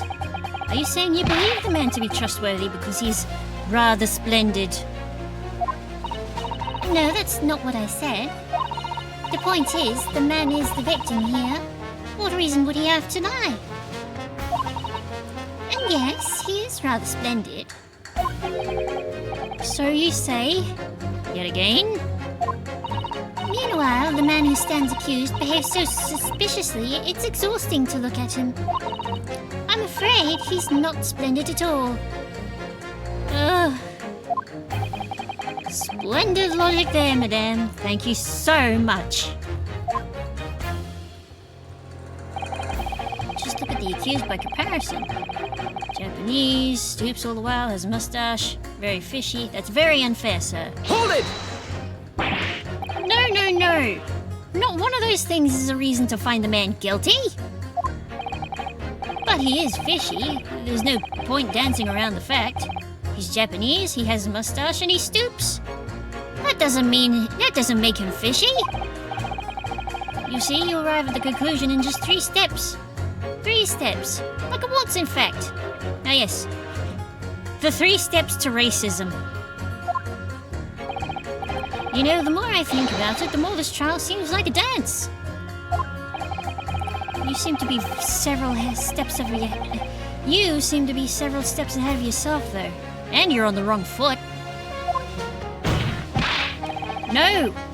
There's nothing but circumstantial evidence here. There's no actual proof of the defendant's guilt. But the victim's version of events is backed up by what the big-chinned man next to him says, isn't it?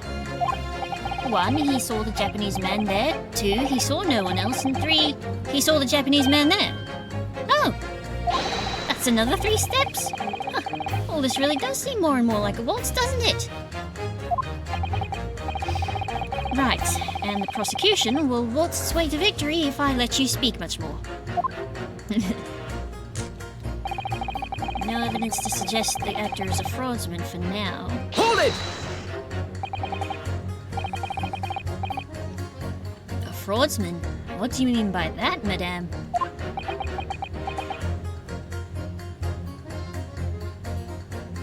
Madame? Did you leave the stove on? It really is a most tiresome problem for the company. Most irritating. The company, you say? We can be absolutely certain that a customer is stealing from us, but without hard evidence. Ma'am? We can't even threaten to take action for fear of being sued. I'm sorry, you've lost me a little there. Who are you? I'm the wife of Augustus Altamont, owner of the Altamont Gas Company. Good gracious! Altamont Gas, you say? Gas is the future of energy in this country and around the globe, but proper handling is essential. As I'm sure our employee from the East End branch office would be the first to agree. Absolutely, Lady Quinby. Gotta be used properly. Altamont Gas is the best in the world, of course.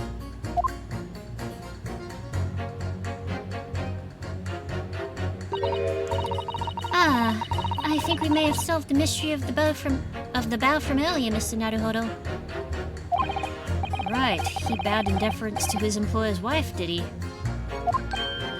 Ah, so would I be right in assuming that the reason Mr. Meterman was watching what Mr. Shamsphere was up to in his room?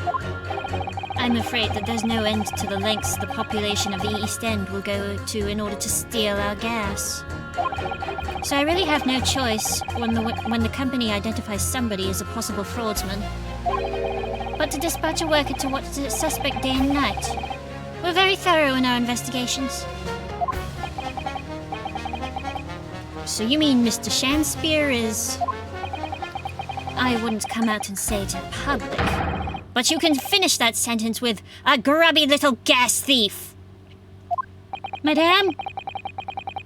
You have noticed the public gallery in here, have you? The eye of man hath not heard, the ear of man hath not seen. Faith, wouldst thou wound me with thy words, were I to let them penetrate the skin. But seraphs hear not insults, when the choirs of angels in song. We may not have evidence yet, but my workers won't stop buzzing around you until they find it. And when they do, you'll find yourself blasted back to your angelic heights in an Altamont gas explosion. Oh! So Mr. Shamsphere has been stealing gas. I wonder, juror number 4, if you wouldn't mind adding that information to your statement? My pleasure. Was it the bit about ripping that thief apart you enjoyed? Yeah, but also a little before the part about abject violence, if it's not too much trouble. Yes, of course.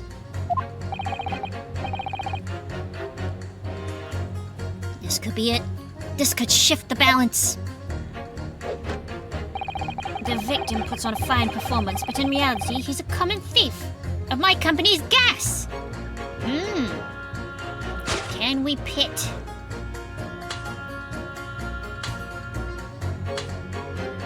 Ooh, maybe not yet. I want to see what the other two have to say.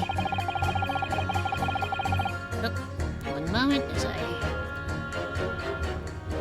fix my nightlight. There we go. What would you like to... Hold it! You keep talking about needing to take home some money. What's that all about, sir? He's on hard times. Finish last. That's what it's about. What's that? I'm talking about the derby at Hyde Park, aren't I? 'Twas the Queen's Cup last week, wasn't it? A derby? A horsey race. It was a dead cert, that's the thing. I couldn't lose. So I took my wife's secret savings, like. Oh, you are a dead man, sir. But then, that hopeless old mare went and did the unthinkable. Oh, that stupid Finnish lass.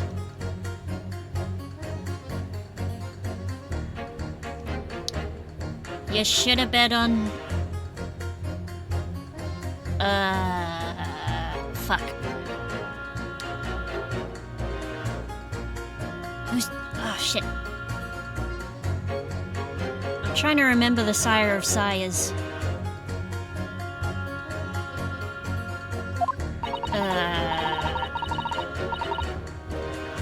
Not Gold Ship.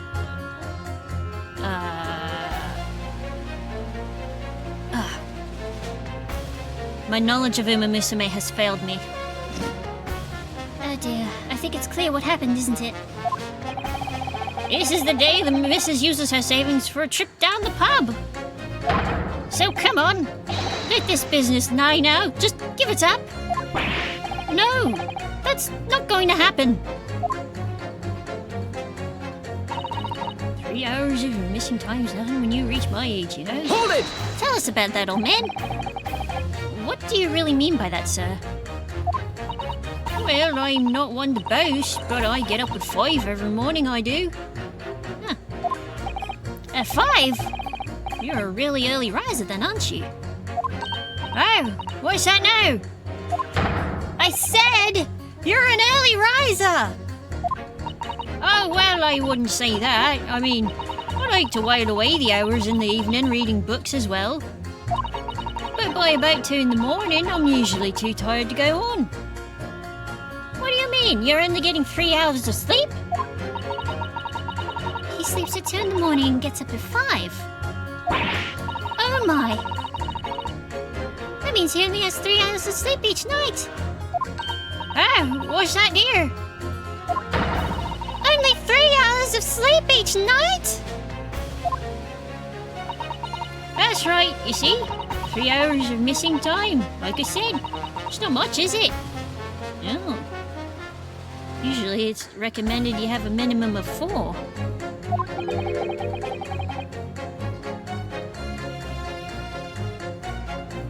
This really isn't helping.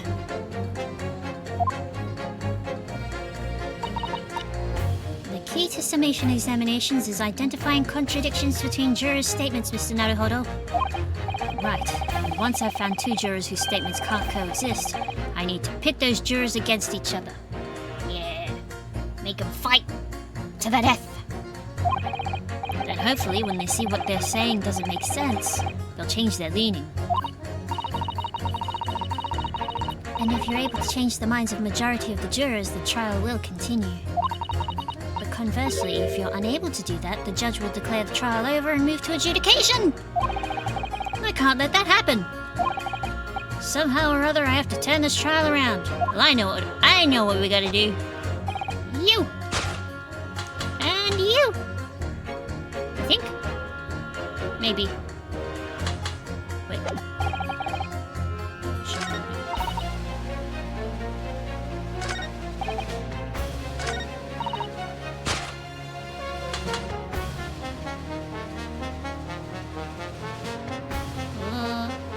Objection! Nope, that wasn't right. Those 2 statements are fundamentally at odds with one another. I mean, technically I'm not wrong, but it wasn't correct. Hold it. My lord, as foreman of the jury, I must object. What? Being their leader, it's my duty to stand up for all jurors here present. And stand up for them I will. I concur with the foreman. Counsel, I warn you, I shan't abide any pettifoggery. That means shenanigans. Until you got your facts straight, keep your pointy fingers to yourself. I thought I did. We're trying to find inconsistencies in these jurors' statements, Mr. Naruhodo. The key to it is comparing the different things they say before attempting to pit them against one another. And I did that. I was just thinking too hard. I'll have another go.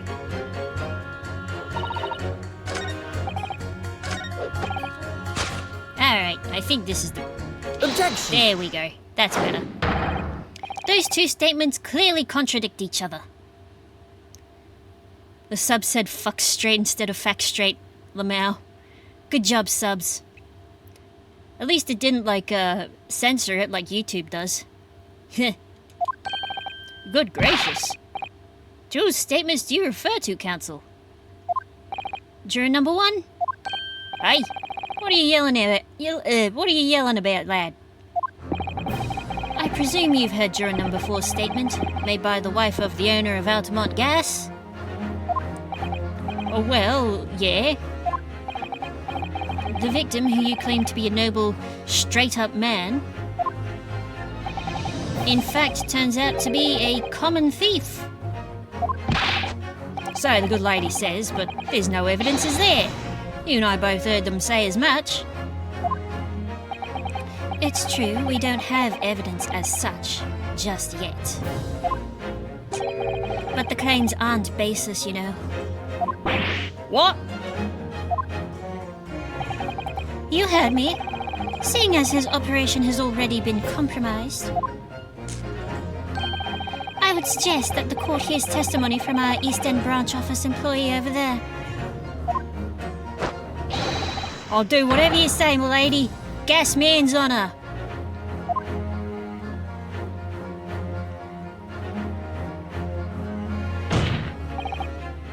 Juror number 1, you say you're a man of your word. Oh, If I could show that Mr. Shakespeare was a liar, you assured me that you would reconsider your decision about the defendant's guilt.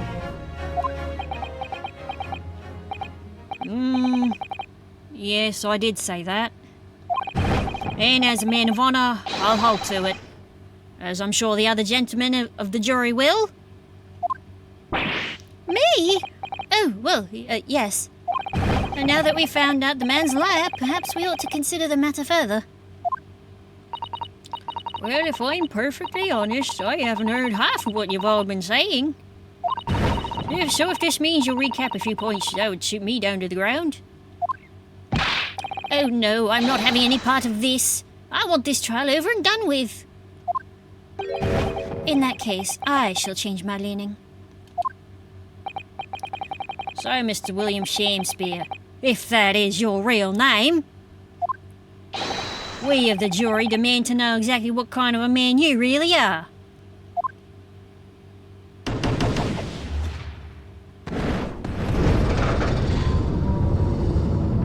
Yippee! We're doing it. That's 4 jurors. 4 for not guilty. The trial can go on. Yes, Mr. Naruhodo, victory! We've won the battle. But the war remains. Order, order! Well, this is quite extraordinary, I must say. As a result of the defense's summation examination, the jury's leaning has changed. Now only 2 jurors say guilty, whilst 4 say not. I therefore declare this court to be in a state of disaccord, and order the trial to continue.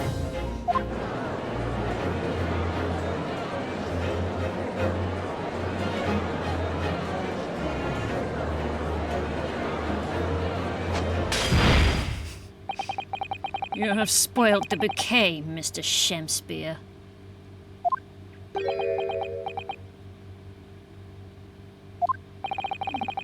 The ladies and gentlemen of the jury now find they are unable to trust you, the victim.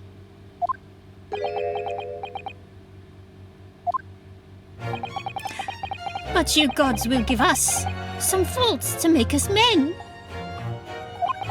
So God mend me, I do swear.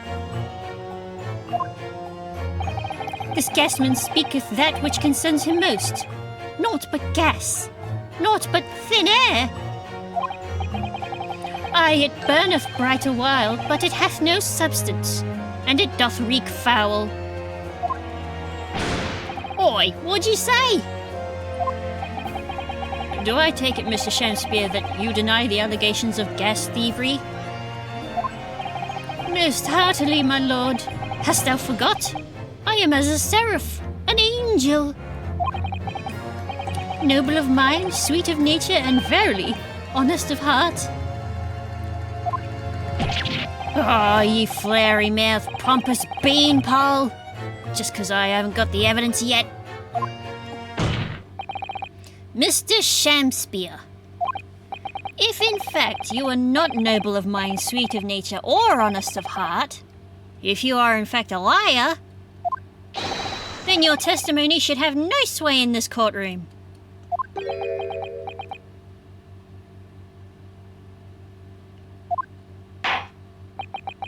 It is my considered opinion that at the present time no other possible culprit of this crime has been identified.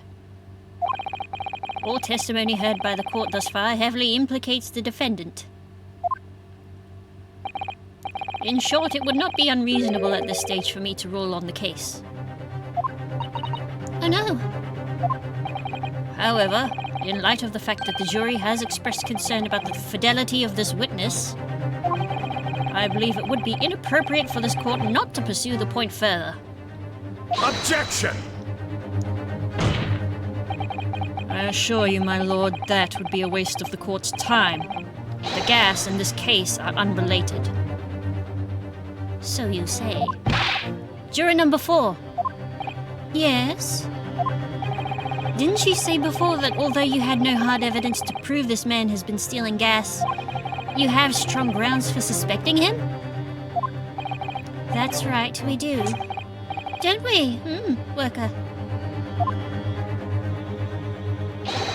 Absolutely what, Lady Quinby. Gasman's honour. Very well then, we will hear your testimony now.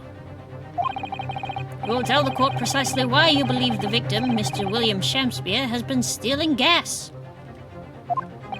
Yes, my lord, it'll be my pleasure. On the Altamont gas... If I may, my lord. Go ahead, madam.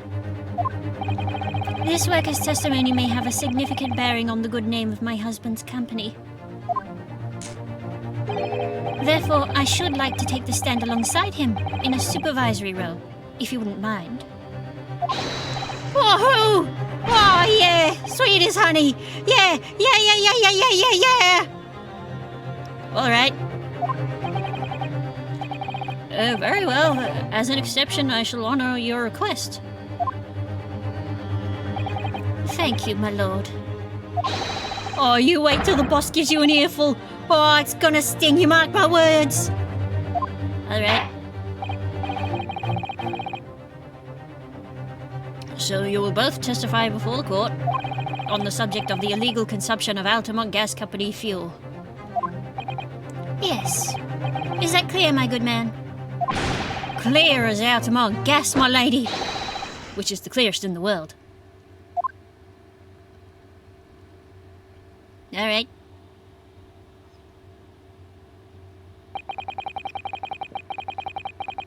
Do you think the gas has gone to his head, Miss Susato?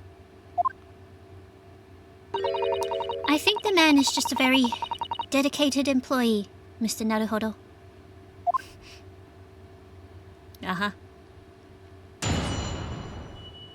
Dedicated to his boss's wife. I see how it is.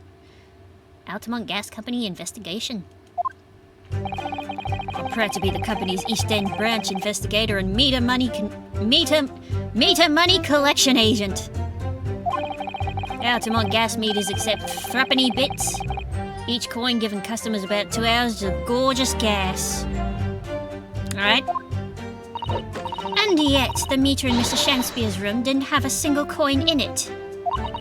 The meter doesn't appear to have been tampered with, though. And the collection agent has the only key. Somehow, he's using all the flaming gas he wants without paying a penny. If that's not thieving, what is?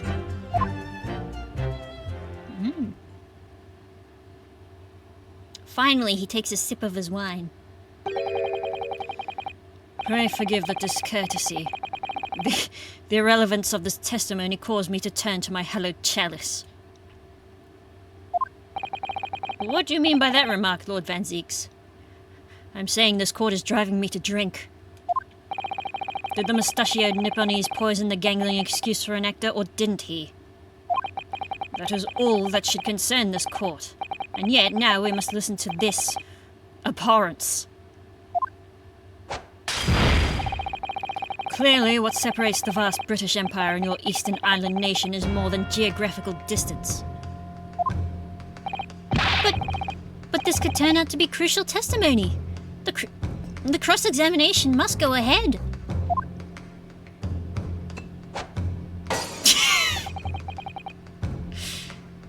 Do what you will. Lord Van Zieks appears to be in a violent mood. Yes, he does. An attempted poisoning and an incident of gas theft with no supporting evidence. It's true they would appear completely unrelated at first glance. But I wonder, the truth tends to be buried in the most unusual of places. And the first step in uncovering it will be to establish just who and what this man really is. Other than an actor.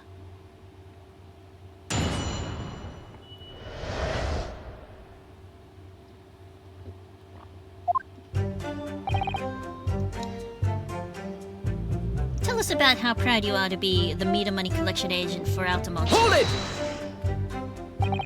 So, does that mean you enter people's houses in order to empty their gas meters? That I do. Have to try to catch people when they're in, then I ask permission to come inside and do my business. That's polite, at least. Does that mean you've been into Mr. Natsume's room before as well as that of Mr. Shakespeare?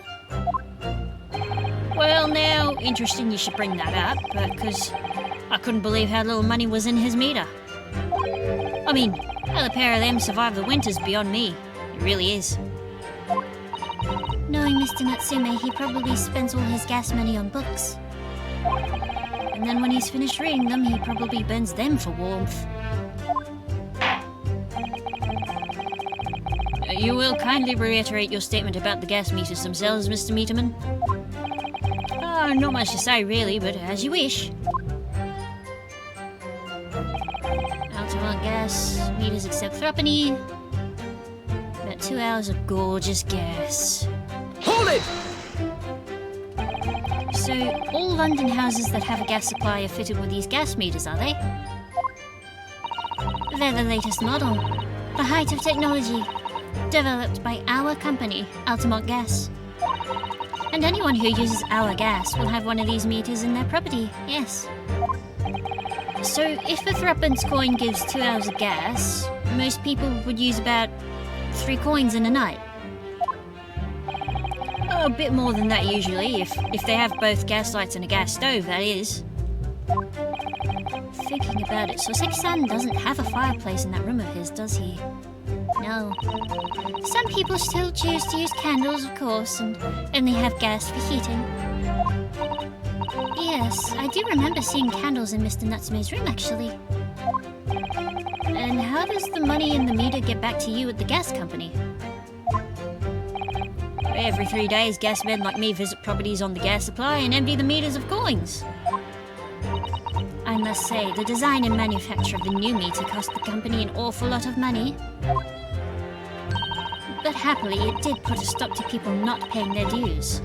For the most part. Because they have to pay in advance, you mean? Yes, exactly right. The meter in Shakespeare's room didn't have a single coin. Hold it! Out of interest, how long has this been going on? Weeks and weeks. He's been pinching gas off us for ages. And you've examined the meter in Mr. Shakespeare's room, I take it? Naturally. We took it off the wall and went over it with a fine-tooth comb. And found nothing suspicious at all, I presume? No, I'm afraid we didn't. Which is exactly why I demanded a new type of meter to be produced. One with an indestructible lock. The Shakespeare Special.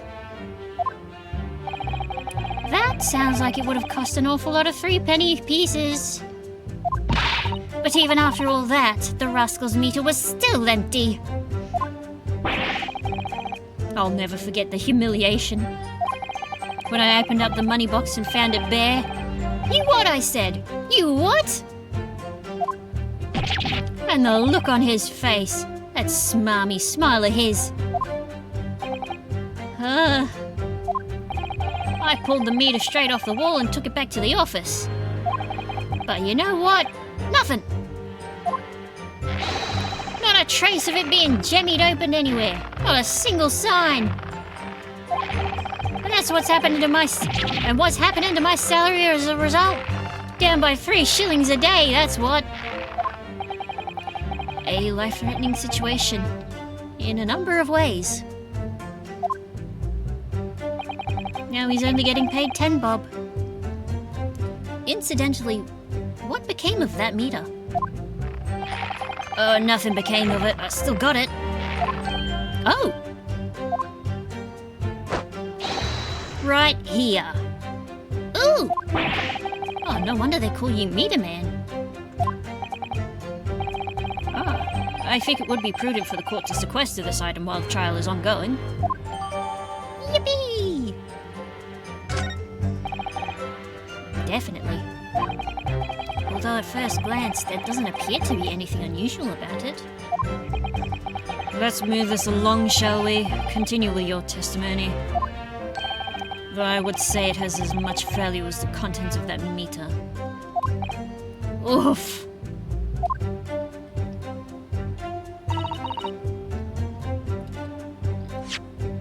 Let's have a look at this meter, shall we? There's the lock. That's a very sturdy-looking padlock, isn't it? And the money box is sealed with beeswax too. So if Mr. Shums were to get up to any mischief, he'd be found out immediately.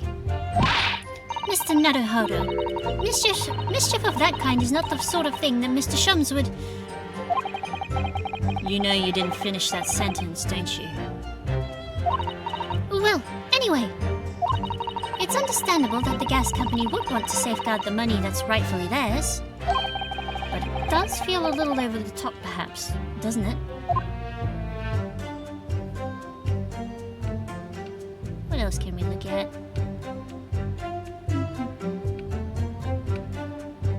Oh, hello. We have a hole in the bottom. Huh? Have you spotted something, Mr. Naruhodo? Just here, there's a little hole. You see? Goodness, you're right. I wouldn't have noticed. It's not a very neat hole, is it? Not professionally made, I'd say. So you think it might have been opened up by Mr. Shakespeare? Possibly. It seems the people at Altamont Gas must have missed it. Well, it certainly seems to go all the way through to the inside. Yes, but there's no way a coin could fit through there. That's true, but even so, it seems more than a little suspicious.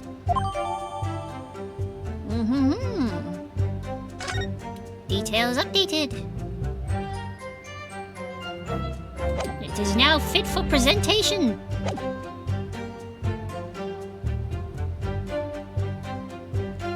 Actually, I think this is the exact statement.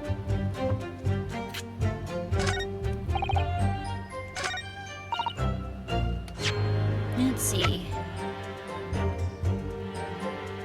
1, 2, 3. Objection! There we go. Lady Altamont, I'm afraid to say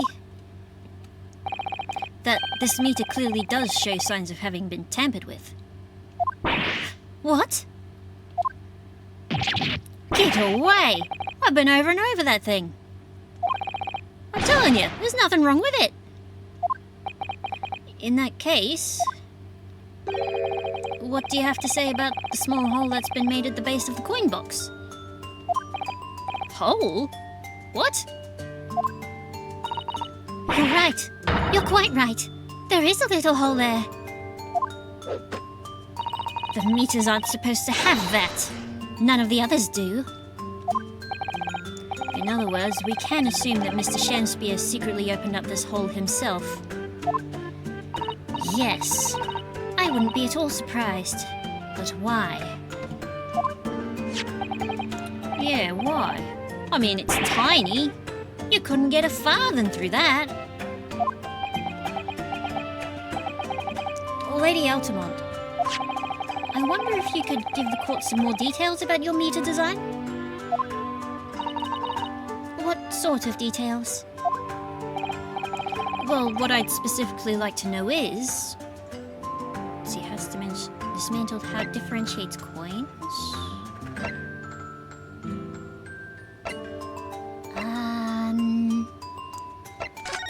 I think it's this one.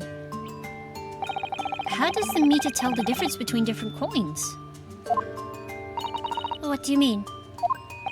Well, for example, if someone were to put in a 1 penny coin, that wouldn't work, presumably, would it?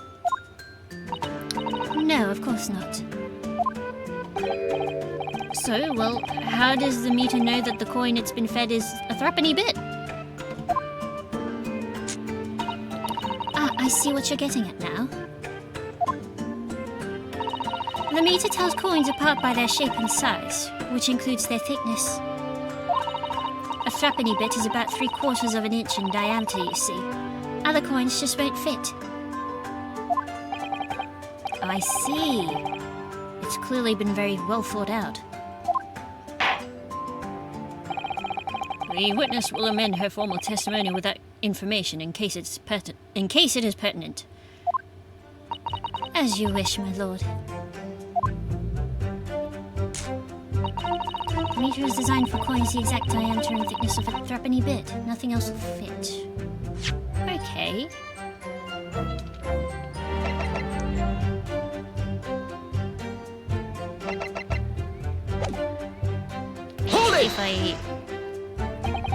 But conversely then, it would seem that anything matching a 3-pence coin exactly in terms of diameter and thickness could equally well be used. Would that be true? Well, yes, in a way. The weight comes into it to a certain extent as well. We've thought of that though anyway. If I find any fake coins inside the coin box when I empty the meter, the contract says the customer has to pay 100 times the amount they diddled as a fine. Oh, that word has aged.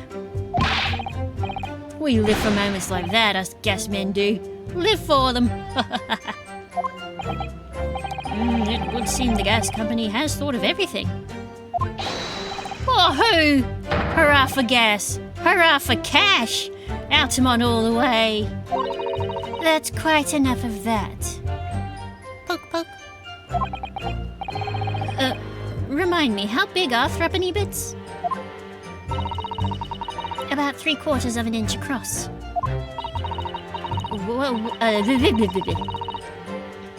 What do you think, Mr. Naruhodo? Is this 2 centimeters measurement significant? Or perhaps there's some other aspect of the meter's construction that we should be focusing on? You may be right. Like asking about whether the meter can be dismantled, for example. Well, obviously it can be, otherwise they wouldn't have put the lock and the wax bit. So let's just leave that there, because that's not what's pertinent.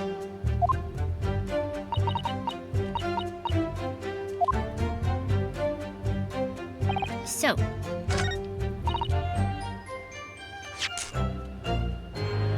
now I do in fact remember this bit as something that had completely stumped me originally. So I was like, what the hell is this meant to be? Well, oh, look at this bar of soap. There's a circular depression on this side, about 2 centimeters across. Or 3/4 of an inch. Do you think? No, I don't. What? We did find the soap at the scene, didn't we? Yes. Yes, there were 2 bars, and on that little ledge, just outside the window. So we took this one. But I'm sure that when we first found it, there was some sort of reddish medallion in the middle there. I remember it clearly. Yes, but there's no sign of it now.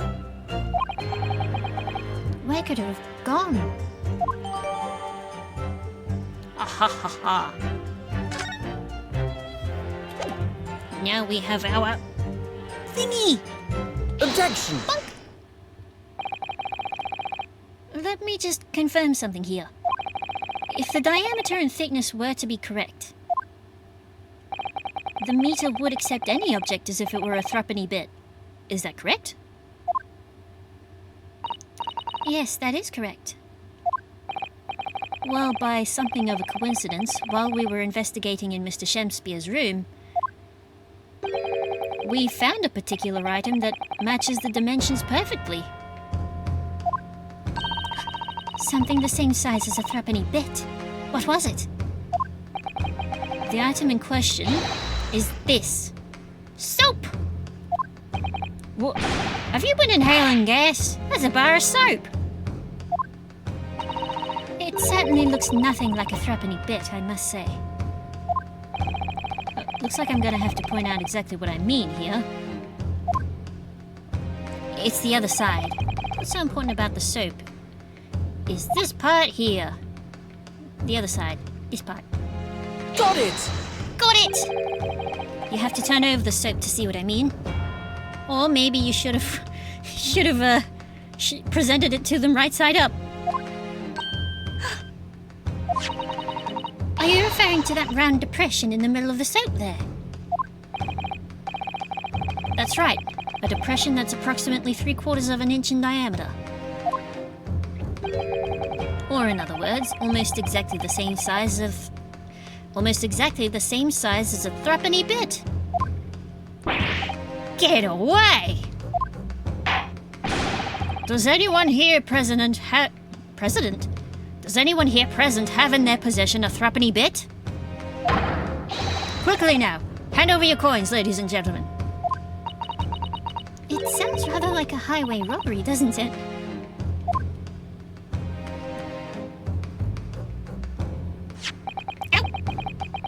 Thanks to a kind member of the public in the gallery, I have here a threepenny bit. Sorry, trying to stretch my back and de-shrimp myself. Unprawn even. Now to see if it fits. Oh, look at that! My word, it couldn't be more snug. Yes, as I suspected. This, without a doubt, is a vital clue to explain how the Altamont Gas Company is being defrauded. Well, I don't believe it. Sir, your assertion amounts to what? One moment.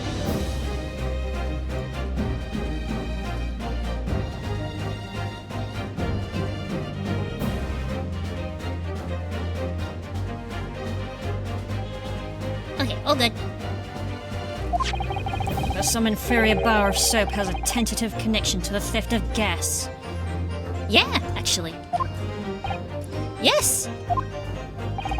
The depression in the soap was clearly made by a threepenny bit.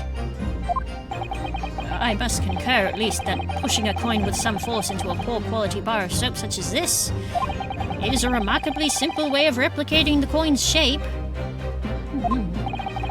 And then you could use, well, some melted wax or something to pour into the mold. You can make fake coins in no time.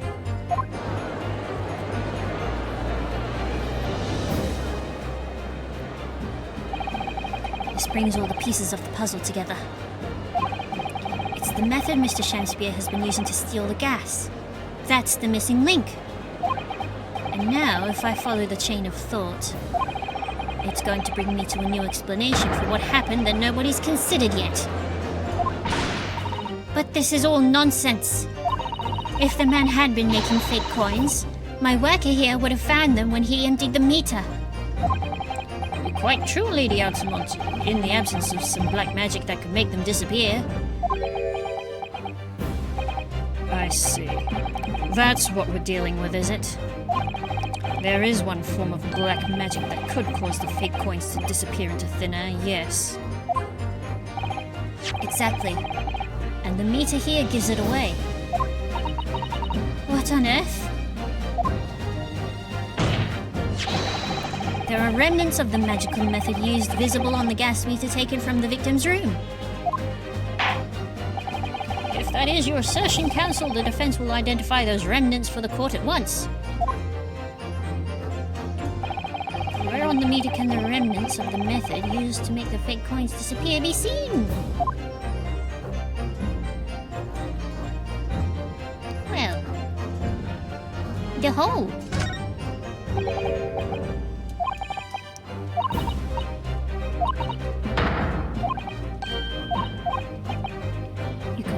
You couldn't possibly extract a coin through such a small hole, could you? No, I suppose not. But then the question remains, why would somebody go to the effort of making a hole here? Got it! It's still the thing. We found this bar of soap at the scene of the crime just outside the victim's window. Outside? Yes, outside where you yourself, Mr. Meaderman, were loitering.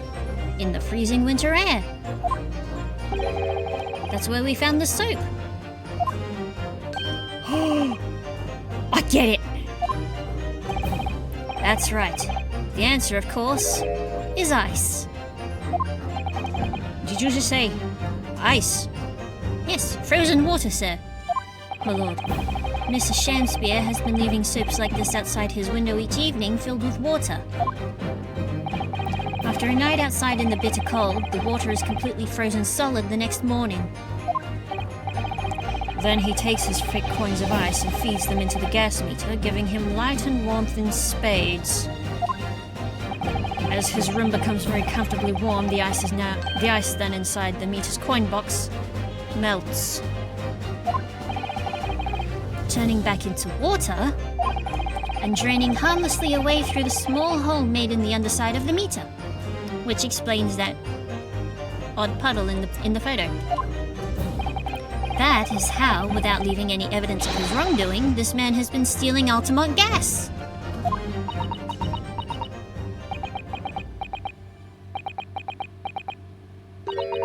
Just like that. So simply. Is he trying to make us look like idiots? He's been fooling us all with some bars of soap and some water. That's right, madame. I don't believe it. It can't be true. Do you have any idea how much money we spent to develop that new meter? And now, you have the audacity to suggest that a bit of soap and some water can render it totally useless. And a hole in the bottom. I'm fairly sure I didn't design it. Evidence. Sorry. I want evidence. If you're going to stand there and tell me our meters are rubbish, I want to see proof. She's very good at enforcing accountability, isn't she? God, I wish we had more people like that in the 21st century. If only. Very well, Lady Altamont. If you'd like evidence, I'll provide it. What? Mr. Naruhodo, are you saying you do actually have evidence to... You actually do have evidence to support this theory?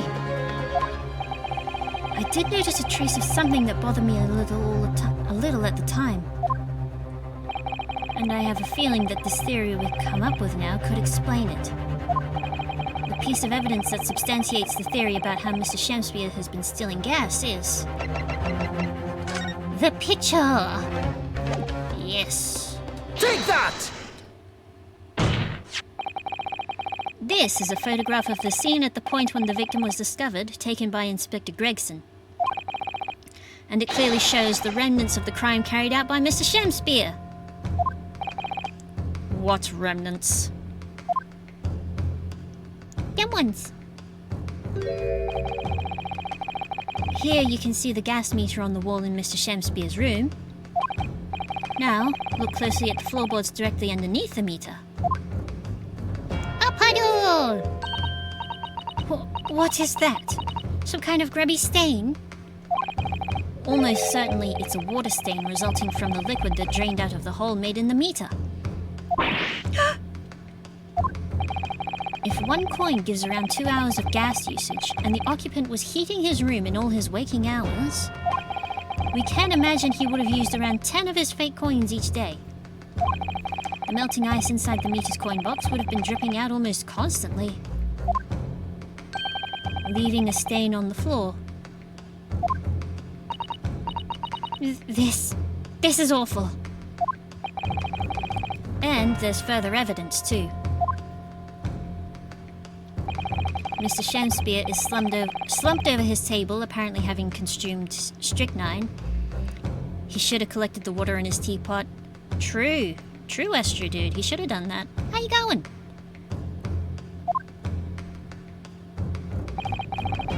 And right there next to him is a bar of soap broken in half. Oh well, actually, the teapot wasn't even his. He didn't have a teapot. It was he was brought in by Soseki. You're right. It would appear to me then, Counsel, that the man was eating the soap, was he? Please, I've already told the story last week. I don't need to. Some other container then. True. But he was probably depending on the water main outside, probably. Pardon me for disagreeing with your lordship, but Who knows? He might have been scamming the water company too. certainly not. He didn't beat about the bush there, did he? In truth, Mr. Shamspeare was found with a fork in his hand. A meal of soap is sounding. Do you mean to say he was using that fork to? Yes. To extract a frozen coin from the bar of soap.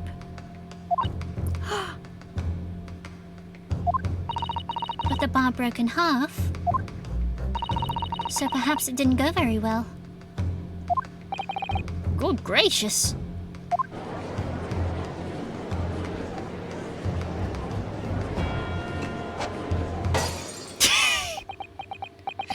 That's the second bottle he's broke in this case. Lord Van Zieks? I was throwing my hand up in despair. Maybe when he convulsed from the poison. Perhaps. I happened to catch my hallowed bottle on the way. Pray forgive my maladroit mistake. What is the meaning of this, Counsel? Allow me to pose my learned friend a question. What exactly did you establish with your most recent cross-examination? Well, That Mr. William Shamspeare is a liar and a thief. In other words, that his testimony is unreliable. that's it. That's exactly it. Very well, let us assume the man is a liar. Now allow me to pose another question. What possible difference does that make? Well, We know that suicide can be discounted. Scotland Yard's investigation revealed no sign of another vessel that contained poison. And on the night in question, there were no visitors to the room except the accused. The young gasman's testimony, which we have no reason to doubt, has confirmed that. Furthermore, the only possible way the poison could have entered the victim's body is via the tea. The court has seen no evidence whatsoever that suggests otherwise. Even if William Shamspeare is the liar you claim him to be, these facts have been objectively established. There's no escaping it.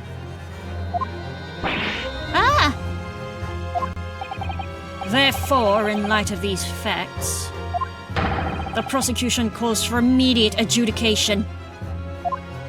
you... What?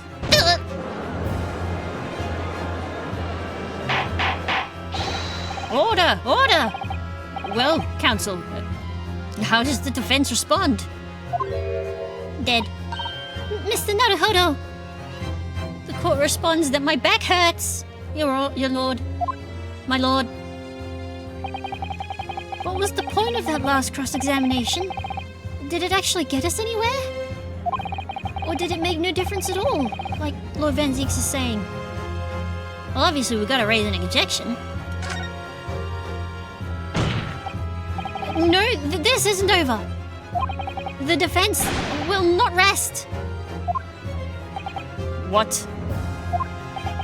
But, Counsel, you've successfully explained everything. You've identified and substantiated the unscrupulous method employed by Mr. Shamspeare to consume gas.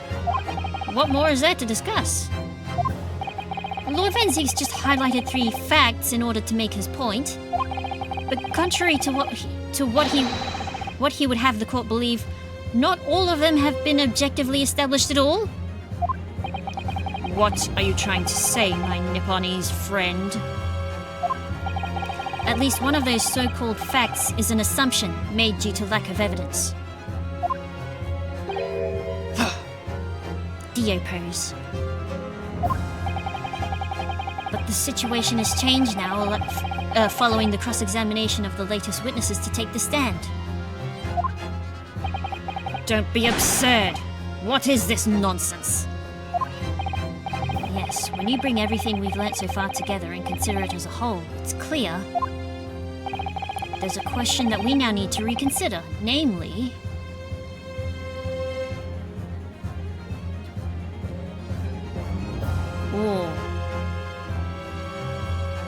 Was the poison in the tea? Because they couldn't prove it. We've all been led to believe that the strychnine poison that affected Mr. Shamspeare was in the tea brought to him by Mr. Natsume, but that's conjecture at best. Objection! The victim has testified that nothing else passed his lips that night. There's no other possibility. And since there was no trace of the tea left at the scene, it couldn't be tested for traces of the poison. Objection! He didn't even drink the tea! As I said, the situation has changed. Because in fact, some of Mr. Natsume's tea was left at the scene. And a particular piece of evidence proves it. Objection! A ludicrous claim. Scotland Yard detectives investigated the scene exhaustively. What evidence are you suggesting they missed? The defense has made a bold claim indeed. Very well, counsel. Present your proof. What evidence from the scene of the crime can tell us about the nature of the defendant's tea? The pair of teacups. Take that! What exactly is this piece of evidence supposed to reveal about Mr. Natsume's tea, counsel? Well, I suspect it may possibly be related to the tea in some small way if we dig deep enough. Wait, was I wrong? Then you'll be digging for a very long time indeed, my learned friend. Oh, Even at the bottom of the deepest chasm, you'll find no sense of that absurd assertion. okay, that was wrong. Blech. Sometimes I wish I could disappear down a deep chasm to escape his deep sarcasm. Okay, let's try that again. What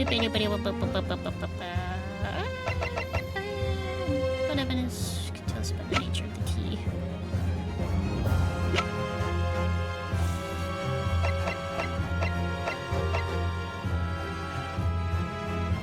I think it has to be the bar of soap because of the way we found it.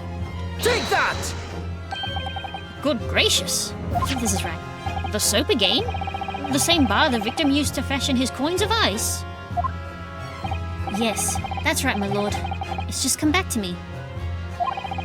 Something about when we first found this bar of soap at the scene yesterday. Right.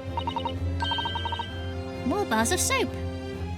This was one of the details that escaped me in my very first playthrough. Because I'd completely forgotten how the soap looked when we first picked it up. I'm quite certain that when we originally stumbled upon the bars of soap, there was actually a frozen coin in each bar. So you discovered the gas thief's coin factory. Fascinating. In a way, yes. But there's more. No. The coins we found in the soap at the time weren't normal ice. There was something strange about them, you mean? Yeah. Exactly. Something very obviously strange. They were red. The ice was red. No. You mean... That's right. It's obvious to me now. The fake coins in the soap were made from frozen tea! Gasp. What? I would remind the court of a statement made by Mr. Natsume earlier in this trial. That evening, I did take some freshly brewed tea with me when I visited Mr. Shamsphere's room as a gift. The public water pump outside always freezes at night, so I bought bottled water especially to make it. And this was the result. Never touch tea again. Don't drink water. I believe there had been a snowfall that day. It was particularly cold. Sadly, on such occasions, the poorly constructed water mains in the East End are prone to freezing. So on the night in question, Mr. Shamspere, having no running water to use, was forced to use the tea brought by Mr. Natsume in order to make his fake coins! My word!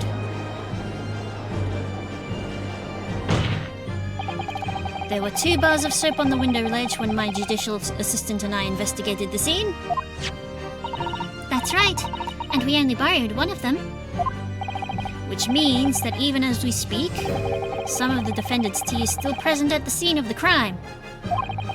Frozen solid in a bar of soap outside Mr. Shamspere's window. Extraordinary.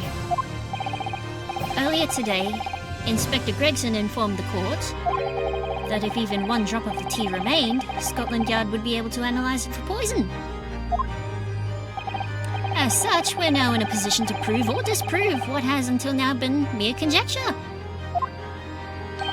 By finding out for sure whether or not Mr. Natsume's tea actually contains strychnine at all. Ah, you smug Nipponese! Ah! My lord, we cannot do the defendant the injustice of passing judgment now. The police should be dispatched to recover the remaining bar of soap from the scene at once. And the defense requests a thorough analysis of the frozen tea embedded in it, to determine whether or not it contains any poison.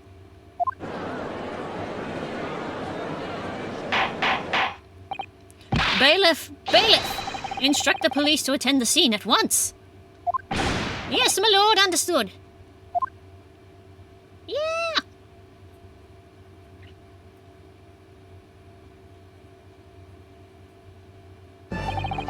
It would seem we have no choice but to suspend these proceedings for the time being. I trust you have no objection, Lord Van Zieks? None, my lord.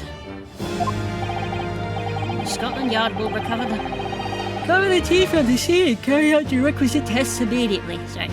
The trial will resume at the same hour tomorrow. The prosecution and defense may conduct further investigations as appropriate in the interim. That's right. Yes, my lord.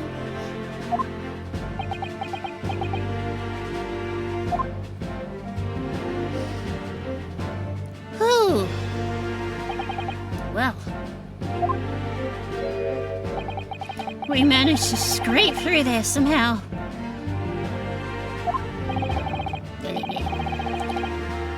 Thank you, counsels. Court is adjourned until tomorrow. Yay! We did it! To be continued! Yeah. I think... yeah. Save my current progress. We shall indeed. Investigation Part 3. Tell you what. I shall call stream here. Yeah. Indeed. Because it is 11:30 almost.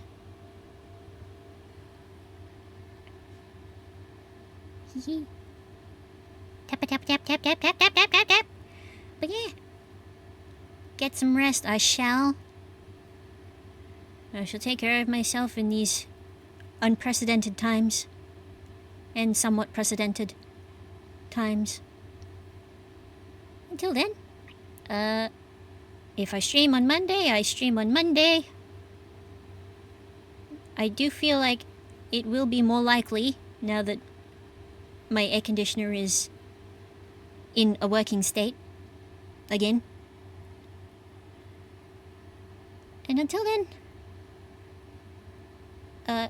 have a good time of the day. Have a merry time zone. And I'll see y'all again. Good night, everybody. Wait, wait, wait, wait, wait, wait, wait, wait.